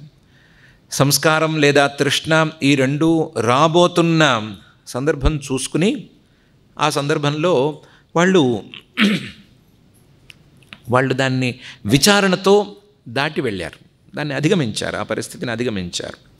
అందువల్ల వాళ్ళలో ఏ సంస్కారము లేదు కాబట్టి వాళ్ళు సంస్కారరహితులుగానే ఆ మంటలో పడిపోయారు. కాబట్టి వాళ్ళు మళ్ళీ పైకి లేవలేదు, అలాగే చల్లారిపోయారు. ఈయన శ్రీమన్ మహావిష్ణువు ఈ ముగ్గురు అయిపోయిన తర్వాత శంబరాసురుడి మీదకి వెళ్ళాడు. శంబరాసురుడు మాత్రం కాసంతసేపు ప్రతిఘటిస్తే శంబరాసురుడు తలకాయ తీయటమో ఏదో చేశాడు ఈయన. ఆ శంబరాసురుడికి మాత్రం ఈ ఉపశమం, చల్లారిపోవటం అంటే ఉపశమం అనుకున్నాం కదా, ఉపశమం అనేది రాలేదు. ఎందుకంటే శంబరాసురుడు క్రియారూపమైన యుద్ధం చేసి తనలో ఉండేటువంటి ఈ మాయా సంస్కారాలని అలా ఉంచుకునే మరణించాడు. కాబట్టి శంబరాసురుడు మాత్రం సమసిపోలేదు. శ్రీమన్ మహావిష్ణువు చేతిలో మరణించాడు కాబట్టి వైకుంఠ లోకానికి మాత్రం వెళ్ళగలిగాడు. ఒక లోకంలో ఉండటం అనేది శంబరాసురుడికి దొరికింది. అప్పటికి ఇంకా మూలమాయ పోలేదు. ఆ మాయ ద్వారా వచ్చినటువంటి మిగతా పిల్ల మాయలు మాత్రం పోయినాయి. పిల్ల మాయలు ఎందుకు పోయినాయి? లేదా ఆ మాయని ఆసరాగా చేసుకున్నటువంటి కొంతమందికి మాత్రం పూర్తి ఉపశమం, చల్లారటం అనేది లభించింది. దానికి కారణం ఏమిటి అంటే మహర్షి గారు, ఇది సంస్కారాలు లేకపోవటమే సంస్కారరహిత స్థితి. ఏదైనా కొత్త మొలక పుట్టాలి అంటే, మొలకెత్తాలి అంటే దానికి బీజం ఉండాలి కదా, విత్తనం ఉండాలి కదా. ఆ విత్తనమే లేకపోతే మొలక ఎక్కడి నుంచి వస్తుంది? లేదా ఆ విత్తనానికే గనక మొలకెత్తించే సామర్థ్యాన్ని పాడు చేస్తే మొలక ఎక్కడి నుంచి వస్తుంది? ఏదైనా ఒక విత్తనానికి మొలక రాకూడదనుకుంటే ఏం చేయాలి అంటే విత్తనాలని వేయించేసేయాలి. వేయిస్తే మళ్ళీ వాటికి మొలకలు రావు. అలాగే వీళ్ళకి ఉన్న సంస్కారాలేమో మంచి సంస్కారాలు, అవి జ్ఞానాగ్నిదగ్ధ సంస్కారాలు. వివేకం, విచారణ వీటితో ఆ సంస్కారాల తాలూకు మొలకలు రావు. చెడు సంస్కారాలా లేవాయే. లేకపోతే వాళ్ళు మళ్ళీ అందులోనే ఏ చైతన్యంతోనైతే వీళ్ళు యుద్ధం చేశారో ఈ పిల్లమాయలు, ఆ చైతన్యంలో కలిసిపోయారు, సమసిపోయారు, ఉపశమించిపోయారు. వీళ్ళు మళ్ళీ పైకి లేవలేదు. శంబరాసురుడు అలా చేయలేదు కదా. శంబరాసురుడు సంస్కారరహిత స్థితిని చేరుకోలేదు, దానికోసం ప్రయత్నమే చేయలేదు, క్రియారూపంగానే చేశాడు. కాబట్టి క్రియారూపమైన క్రియకి ఫలితంగా వచ్చేటువంటి లోకాన్ని, లోకాంతర ప్రాప్తిని ఫలితంగా పొందాడు. ఇది అయింది. ఈ స్టోరీలో శంబరాసురుడు ఏదో బాగానే ఉన్నట్లే, భీమభాస దృఢులు వీళ్ళు మంచివాళ్లే, ఏదో కొంచెం జాగ్రత్తగా ఆలోచించి మీరు యుద్ధం ఎందుకు చేయాలి అనే ప్రశ్న వచ్చేటట్లుగా వాళ్ళకి ఏదో చేశారు. వాళ్ళు యుద్ధం ఎందుకు చేయాలి అని ఆలోచించుకుని, యుద్ధం కోసమే మేము పుట్టాం కాబట్టి, యుద్ధం మా కర్తవ్యం కాబట్టి చేయాలి అని చేయడం మొదలుపెట్టారు. ఆ చేసేటప్పుడు శంబరాసురుడి డిజైన్ ఎలా ఉందంటే, శంబరాసురుడి మీద ప్రేమతోనో దేవతల మీద ద్వేషంతోనో వాళ్ళు యుద్ధం చేయట్లేదు. వాళ్ళు కేవలం తమ కర్తవ్యం కాబట్టి చేస్తున్నారు. కర్తవ్యం అనే బుద్ధితో చేస్తున్నారు. దాంతో ఆ కర్తవ్య బుద్ధిలో వాళ్ళకి రాగద్వేషాలు లేకపోవటం వలన వాళ్ళ యుద్ధానికి, ఆ బలానికి అంతు లేకుండా ఉంది. దేవతలు ఓడిపోయారు. బాగా ఓడిపోయారు. ఈసారి ఓడిపోయిన వాళ్ళు బ్రహ్మగారి దగ్గరికి వెళ్ళటానికి ముఖం చెల్లక మహావిష్ణువు దగ్గరికి వెళ్ళారు.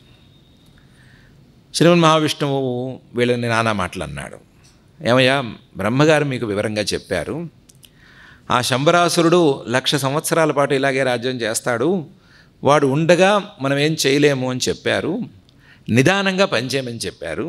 మీరు కాలక్షేపం చేస్తూ ఉంటే, వీళ్ళకి సంస్కారాలు మెల్లమెల్లగా అలవాటు చేస్తూ ఉంటే, ఆ తతంగంలో యుద్ధం నడుస్తోంది అనుకుని శంబరాసురుడు ఊరుకుంటాడు, యుద్ధం ఏదో చేస్తున్నాం అనుకుని వీళ్ళు కాస్తంత తగ్గి ఉంటారు, నడుస్తూ ఉంటుంది, వ్యవహారం నడుస్తుంది, ఈ లోపల కాలం పూర్తయిపోతుంది, పని అయిపోతుంది అని అనుకుని కదా ఆయన చెప్పాడు. ఆయన మాటను అర్థం చేసుకోకుండా అంత హడావిడి పడి సంస్కారాలను ఎందుకు అలవాటు చేశారు వీళ్ళకి, పాత వాళ్ళకి. దాంతో శంబరాసురుడు కోపం వచ్చి దీనికి విరుగుడు కూడా కనిపెట్టాడు కదా, కనిపెట్టి దాని ప్రకారం చేశాడు కదా. మరి ఇప్పుడు ఎక్కడికి వెళ్తారు, ఏం చేస్తారు? మీరు నా లోకం విడిచిపెట్టి బయటికి వెళితే శంబరాసురుడు మిమ్మల్ని పట్టి పీడించటం ఖాయం, ఆ ముగ్గురు మీ వెంట పడటం ఖాయం, మిమ్మల్ని నానా తిప్పలు పెట్టడం ఖాయం. కాబట్టి ఆ సమయం అయ్యేంత వరకు ఈ వైకుంఠంలోనే ఎక్కడో మూల దాక్కోండి. ఆ శంబరాసురుడు ఇక్కడికి మాత్రం రాలేడు, వాడికి ఇక్కడికి ప్రవేశం లేదు, వాడి కాలం పూర్తయిన తర్వాత నేనే వెళతాను, చూస్తాను. ఆ శంబరాసురుడు అనేటువంటి మూల మాయ అది పోయేంత వరకు ఇలాంటి రాక్షసులు ఎంతమంది అయినా పుట్టుకొస్తూనే ఉంటారు, వీళ్ళని ఆపటం ఎవరి తరం కాదు, మీరు కూర్చోవలసిందే, వెయిట్ చేయవలసిందే అని చెప్పాడు. చేసేదేముంది, వెయిట్ చేయవలసిందే అని అంటేను వెయిట్ చేశారు. ఈ లోపల 1,00,000 సంవత్సరాలు పూర్తయింది. పూర్తయితే శ్రీమన్ మహావిష్ణువు వెళ్ళాడు. వెళితే ఈ భీమ భాస దృఢులు ముగ్గురు ఆయన మీద కలయబడ్డారు. ఆ కలయబడ్డం ఎలా ఉంది అంటే, ఓ పెద్ద మంట మీద ఓ మిడతల దండు దాడి చేసినట్టుంది. పెద్ద మంట, ఆ మంట మీద 3 మిడతలు వెళ్ళి ఎలాగైనా సరే ఈ మంటను ఆర్పేస్తాము అని దాడి చేసినట్టుంది. మిడతలు మంట మీద దాడి చేస్తే ఏమవుతుంది అంటే, మిడతలు మంటలో పడి మసవటం తప్ప మిగిలేదేమి ఉండదు. అలాగే ఈ భీమ భాసదృఢులు ముగ్గురు కూడా మిడతల్లాగా ఈ మహావిష్ణువు అనేటువంటి పెద్ద మంటలో పడిపోయారు. కానీ ఆశ్చర్యంగా వాళ్ళు సమసిపోయారు, మళ్ళీ పైకి లేవలేదు. ఎందుకంటే వాళ్ళలో పైకి లేవటానికి కావలసిన ఏ సంస్కారము లేదు, పైకి లేవటానికి కావలసినటువంటి ఏ సంస్కారము లేదు. ఉన్న ప్రతి సంస్కారాన్ని వివేకంతో గెలుస్తూనే వచ్చారు. సంస్కారం రాబోయిన ప్రతి సందర్భాన్ని వివేకంతో గెలుస్తూనే వచ్చారు. సంస్కారం లేదా తృష్ణ ఈ రెండు రాబోతున్న సందర్భం చూసుకుని ఆ సందర్భంలో వాళ్ళు దాన్ని విచారణతో దాటి వెళ్ళారు, దాన్ని అధిగమించారు, ఆ పరిస్థితిని అధిగమించారు. అందువల్ల వాళ్ళలో ఏ సంస్కారము లేదు కాబట్టి వాళ్ళు సంస్కారరహితులుగానే ఆ మంటలో పడిపోయారు. కాబట్టి వాళ్ళు మళ్ళీ పైకి లేవలేదు, అలాగే చల్లారిపోయారు. ఈయన శ్రీమన్ మహావిష్ణువు ఈ ముగ్గురు అయిపోయిన తర్వాత శంబరాసురుడి మీదకి వెళ్ళాడు. శంబరాసురుడు మాత్రం కాసంతసేపు ప్రతిఘటిస్తే శంబరాసురుడు తలకాయ తీయటమో ఏదో చేశాడు ఈయన. ఆ శంబరాసురుడికి మాత్రం ఈ ఉపశమం, చల్లారిపోవటం అంటే ఉపశమం అనుకున్నాం కదా, ఉపశమం అనేది రాలేదు. ఎందుకంటే శంబరాసురుడు క్రియారూపమైన యుద్ధం చేసి తనలో ఉండేటువంటి ఈ మాయా సంస్కారాలని అలా ఉంచుకునే మరణించాడు. కాబట్టి శంబరాసురుడు మాత్రం సమసిపోలేదు, శ్రీమన్ మహావిష్ణువు చేతిలో మరణించాడు. కాబట్టి వైకుంఠ లోకానికి మాత్రం వెళ్ళగలిగాడు. ఒక లోకంలో ఉండటం అనేది శంబరాసురుడికి దొరికింది. అప్పటికి ఇంకా మూలమాయ పోలేదు. ఆ మాయ ద్వారా వచ్చినటువంటి మిగతా పిల్లమాయలు మాత్రం పోయినాయి. పిల్లమాయలు ఎందుకు పోయినాయి? లేదా ఆ మాయని ఆసరాగా చేసుకున్నటువంటి కొంతమందికి మాత్రం పూర్తి ఉపశమం, చల్లారటం అనేది లభించింది. దానికి కారణం ఏమిటి అంటే మహర్షి గారు, ఇది సంస్కారాలు లేకపోవటమే సంస్కారరహిత స్థితి. ఏదైనా కొత్త మొలక పుట్టాలి అంటే, మొలకెత్తాలి అంటే దానికి బీజం ఉండాలి కదా, విత్తనం ఉండాలి కదా. ఆ విత్తనమే లేకపోతే మొలక ఎక్కడి నుంచి వస్తుంది? లేదా ఆ విత్తనానికే గనక మొలకెత్తించే సామర్థ్యాన్ని పాడు చేస్తే మొలక ఎక్కడి నుంచి వస్తుంది? ఏదైనా ఒక విత్తనానికి మొలక రాకూడదనుకుంటే ఏం చేయాలి అంటే విత్తనాలని వేయించేసేయాలి. వేయిస్తే మళ్ళీ వాటికి మొలకలు రావు. అలాగే వీళ్ళకి ఉన్న సంస్కారాలేమో మంచి సంస్కారాలు, అవి జ్ఞానాగ్నిదగ్ధ సంస్కారాలు. వివేకం, విచారణ వీటితో ఆ సంస్కారాల తాలూకు మొలకలు రావు. చెడు సంస్కారాలా లేవాయే, లేకపోతే వాళ్ళు మళ్ళీ అందులోనే ఏ చైతన్యంతోనైతే వీళ్ళు యుద్ధం చేశారో ఈ పిల్లమాయలు, ఆ చైతన్యంలో కలిసిపోయారు, సమసిపోయారు, ఉపశమించిపోయారు. వీళ్ళు మళ్ళీ పైకి లేవలేదు. శంబరాసురుడు అలా చేయలేదు కదా. శంబరాసురుడు సంస్కారరహిత స్థితిని చేరుకోలేదు, దానికోసం ప్రయత్నమే చేయలేదు, క్రియారూపంగానే చేశాడు. కాబట్టి క్రియారూపమైన క్రియకి ఫలితంగా వచ్చేటువంటి లోకాన్ని, లోకాంతర ప్రాప్తిని ఫలితంగా పొందాడు. ఇది అయింది. ఈ స్టోరీలో శంబరాసురుడు ఏదో బాగానే ఉన్నట్లే, భీమభాసదృఢులు వీళ్ళు మంచివాళ్లే, ఏదో వాళ్ళు బాగానే ఉన్నట్టే. పాపం ఎటూ కాకుండా పోయిన వాళ్ళు పాపం దామవ్యాళ కటులు కదా, వాళ్ళ పరిస్థితి ఏం గాను అని ప్రశ్న వచ్చింది. పాపం వాళ్ళేమవ్వాలి అంటే వాళ్ళకు కూడా మంచి జరిగింది. ఎలా జరిగింది అంటే, కథ గుర్తుంటే ఓకే, ఆ దామవ్యాళ కటుల్ని యమధర్మరాజు గారు శిక్షించి కింద లోకాలకి తోసేటప్పుడు వాళ్ళ ముగ్గురిని తోశాడు, కానీ వాళ్ళకి పిల్లనిచ్చిన మామగారులను మాత్రం తోయలేదు. పిల్లనిచ్చిన మామగారులను మాత్రం నరకంలోనే అట్టిపెట్టాడు. అట్టిపెడితే ఆ పిల్లనిచ్చిన మామగారులు ముగ్గురు మెల్లగా యమధర్మరాజు గారి దగ్గర చేరి, ఆయన కాస్త బాగున్న సందర్భంలో ఆయన్ని పట్టుకుని, స్వామి మా అల్లుళ్ళ పరిస్థితి ఏంటి అని అడిగారు. అడిగితే యమధర్మరాజు గారు అన్నాడు, మీ అల్లుళ్ళకి వచ్చిన ఇబ్బంది ఏమీ లేదు, ఎవరైనా సరే వాళ్ళకి వాళ్ళ చరిత్రంతా చెప్తే, వాళ్ళ చరిత్రని వాళ్ళు గనక వింటే వాళ్ళకి వెంటనే ముక్తి లభిస్తుంది, పోండి అని వరమిచ్చాడు. ఈ మామగారులకి తలకు మించిన భారమైంది. వాళ్ళు ఎక్కడ ఉన్నారో తెలియదు, ఎక్కడ ఉన్న వాళ్ళకి ఎవరు వెళ్ళి వాళ్ళ చరిత్ర మొత్తం చెప్పాలో తెలియదు, ఆ మూలం ఏమిటి, ఇవేంటి, ఎవరు చెప్పాలి, ఎలా చెప్పాలో తెలియదు. వాళ్ళు తలలు పట్టుకూర్చున్నారు. పట్టుకుంటే మళ్ళీ ఏదో సందర్భంలో యమధర్మరాజు గారే చెప్పారు, మీకేమి ఆ భయమేం లేదు, వాళ్ళకి తెలిసే రోజు ఒకటి వస్తుంది, వాళ్ళకంటూ తెలిసే రోజు ఒకటి వస్తుంది. ఇప్పుడేమో మహర్షి గారి మాటల్లో అయితే దాముడేమో ఫలానా చెట్టులో తొర్రలో పురుగ్గా ఉన్నాడు, వ్యాళుడు అక్కడెక్కడో ఉన్నాడు, కటుడు ఇంకెక్కడో ఉన్నాడు అని వరుస ఉంది. ఒకళ్ళ తర్వాత ఒకళ్ళ జన్మల తాలూకు వరుసలు కూడా ఉన్నాయి. ఆ వరుసల ప్రకారం వాళ్ళు ఎక్కడో ఉన్నారు. ఉన్న వాళ్ళకి వాళ్ళ జన్మను గురించి చెప్పేవాళ్ళు, మొత్తం వాళ్ళ చరిత్ర చెప్పేవాళ్ళు దొరుకుతారు. దొరికినప్పుడు వాళ్ళకి ముక్తి లభిస్తుంది, మీరేం భయపడద్దు అని చెప్పారు. దాంతో పాపం పిల్లల్నిచ్చిన మామగారులు కాస్తంత చల్లారి ఊరుకున్నారు. ఆ దామవ్యాళ కటులకు కూడా ఆయా సందర్భాల్లో ఎవరో వచ్చి వాళ్ళకి చరిత్ర చెప్పారు. అది విన్న తర్వాత వాళ్ళకి ముక్తి కలిగింది.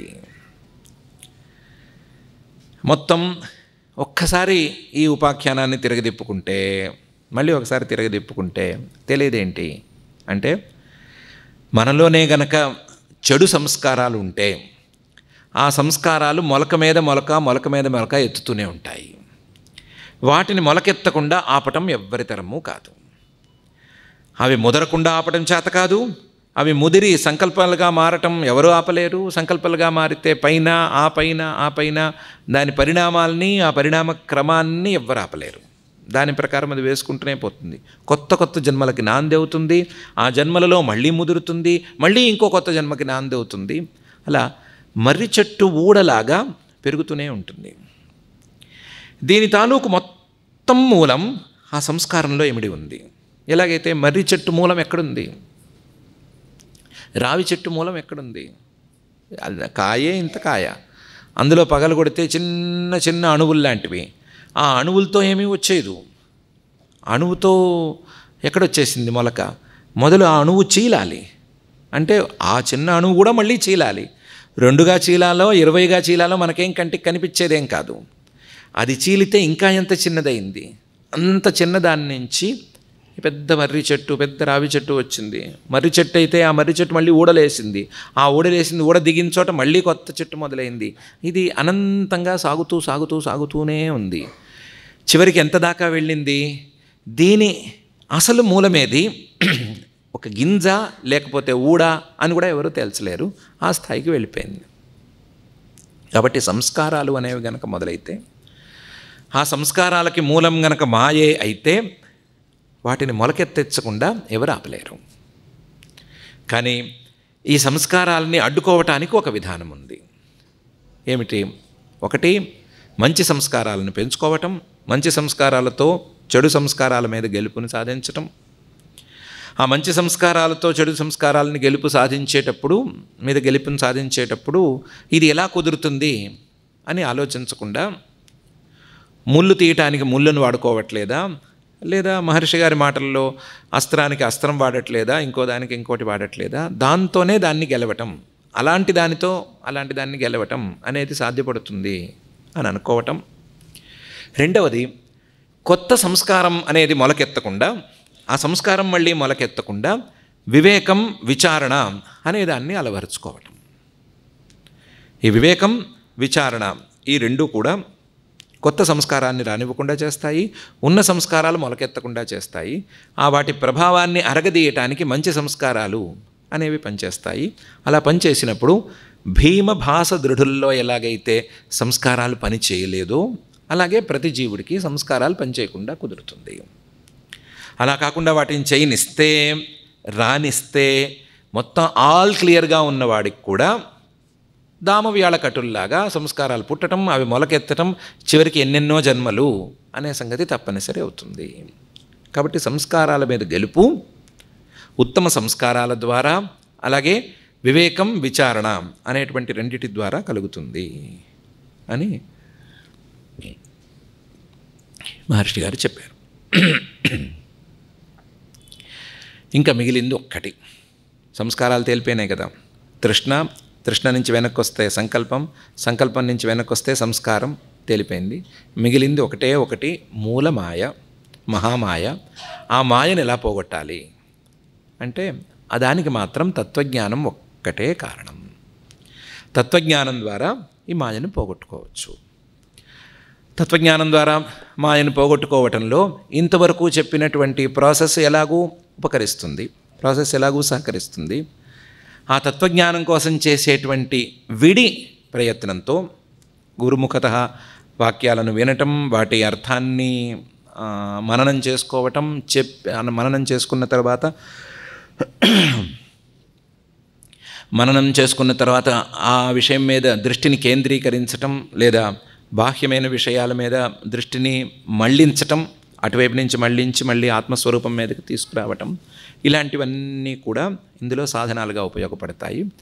ఇవన్నీ అసలు వర్కౌట్ అవ్వాలి అంటేనే ఇంతవరకు చెప్పుకున్నటువంటి ప్రాసెస్ మొత్తాన్ని సాధించాలి అని మహర్షి గారు చెప్పారు. ఒక్కసారి గనక ఆ తత్వజ్ఞానం అనేది అబ్బితే, తత్వజ్ఞానం అనేది కుదిరితే, తర్వాత ఈ అవిద్య అనే దాని యొక్క ఉనికి అనేది కంటికి కనిపించదు. ఈ మాయ అనేది ఇంతకు ముందు ఉండేది అని కూడా అనిపించేందుకు అవకాశం కూడా ఉండదు. ఎందుకంటే నా విద్యా విద్యతే కించిత్ తైలాదౌ సికతాస్వివ హేమ్నః కిం కటకాదన్యత్ పదం స్యాత్ హేమతాం వినా. అసలు మాయ అనేది ఉంటే కదా, మాయ అనేది కంటికి కనిపించేది, ఒక లక్షణానికి లొంగేది లేదా ఒక దేనికి లొంగేది ఉంటే కదా ఆ మాయ అనేది పోతుందా లేదా అనే సందేహం రావటానికి. మాయ అనేదాన్ని ఇదమిత్తంగా నిర్వచించలేము అని చెప్పాం కదా. కేవలం దాని ప్రభావం కనిపిస్తోంది కాబట్టి ఏదో ఉంది అని అనుకుంటున్నాం, కానీ దాన్ని నిర్వచించలేమని చెప్పాం కదా. పొగమంచు లాంటిది మాయ అని అనుకున్నాం కదా. పొగమంచు ఎలా పోతుంది? ఉఫ్ఫును ఊత్తే పోతుందా, లేదా విసనకర పెట్టి విసిరితే పోతుందా? పోదు కదా. సూర్యుడు రావాలి, ఆ సూర్యుడి వెలుగులు ఆ పొగమంచు మీద ప్రసరించాలి, అప్పుడు పోతుంది. అలాగే జ్ఞానం అనేటువంటి సూర్యుడు వస్తే అంతవరకు ఉందో లేదో తెలియని, ఉంది అని నిర్ణయించలేని, ఇదమిత్తంగా చెప్పలేనటువంటి పొగమంచు లాంటి మాయ హాయిగా వెళ్ళిపోతుంది. నా విద్యా విద్యతే కించిత్ తైలాది సికతాస్వివ. ఇసుకలో ఎక్కడైనా నూనె ఉందా? లేదు కదా. అయితే ఎవడో ఒకడు పిచ్చివాడు ఇసుక పిండి పిండి పిండి పిండి పిండి ఎర్రగా వచ్చిన దాన్ని నూనె అనుకుంటున్నాడు. ఎర్రగా వచ్చింది కదా ఒకటి, అదే నూనె అని అనుకుంటున్నాడు. పిండుతున్నాడు, పిండి పిండి పిండి పిండి సాధిస్తున్నాడు. వస్తూ ఉంటే కాదంటావేంటంటాడు. వచ్చిన దాని పేరు నూనె కాదురా బాబు అని అన్నవాడు వినటం లేదు. అది నూనె కాదు, అది నూనె అనుకుంటున్నావు, అది నూనె కాదు. నూనె అయితే ఇలా ఉండదు అంటే ఇది ఎర్ర నూనె అని పేరు పెడుతున్నాడు. అలా ఉంటే తైలాది సికతాస్వివ అనే పరిస్థితి ఉంటే ఎక్కడి నుంచి ఆ మాయ తాలూకు ఉనికిని మనం చెప్తాము. కాబట్టి మాయ అనేది వాస్తవానికి ఉనికిలో లేదు. ఉనికిలో ఉన్నది ఒకే ఒకటి, అది సత్తా మాత్రం, అది చైతన్య మాత్రమే, అనుభవ రూపంలో ఉండేటువంటి ఆత్మ మాత్రమే. ఆ అనుభవ రూపంలో ఉండేటువంటి ఆత్మని ఇటు తిప్పాం కానీ, ఇటు తిప్పాం కాబట్టి ఇలా ఉంది కానీ, తిప్పకపోయి ఉంటే ఇలా ఏం ఉండేది కాదు. ఇటువైపు తిప్పకపోతే ఆ మాయ లేదు, మాయ తాలూకు దృశ్యము లేదు, ఏమీ లేదు, అనుభవం మాత్రమే ఉంటుంది. అలాంటి స్థితికి చేరుకోవచ్చు. మాయకి మందు, మాయకి విరుగుడు ఆ అనుభవం మాత్రమే, సాక్షాత్కారం మాత్రమే అని తేల్చారు.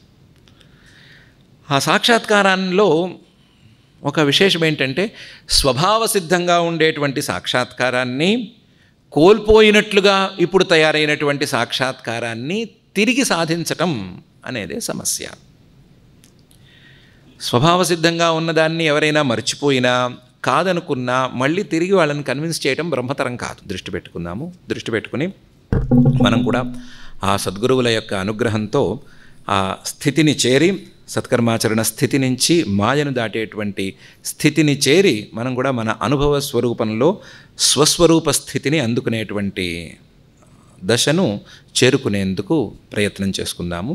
ఆ ప్రయత్నం సఫలం చేయవలసిందిగా సద్గురువుల యొక్క పాదార విందాలకు సాష్టాంగ ప్రణామాలతో ప్రార్థనలు చేసుకుంటూ ఈ 2 మాటల్ని మనం పూర్తి చేసుకుందాము.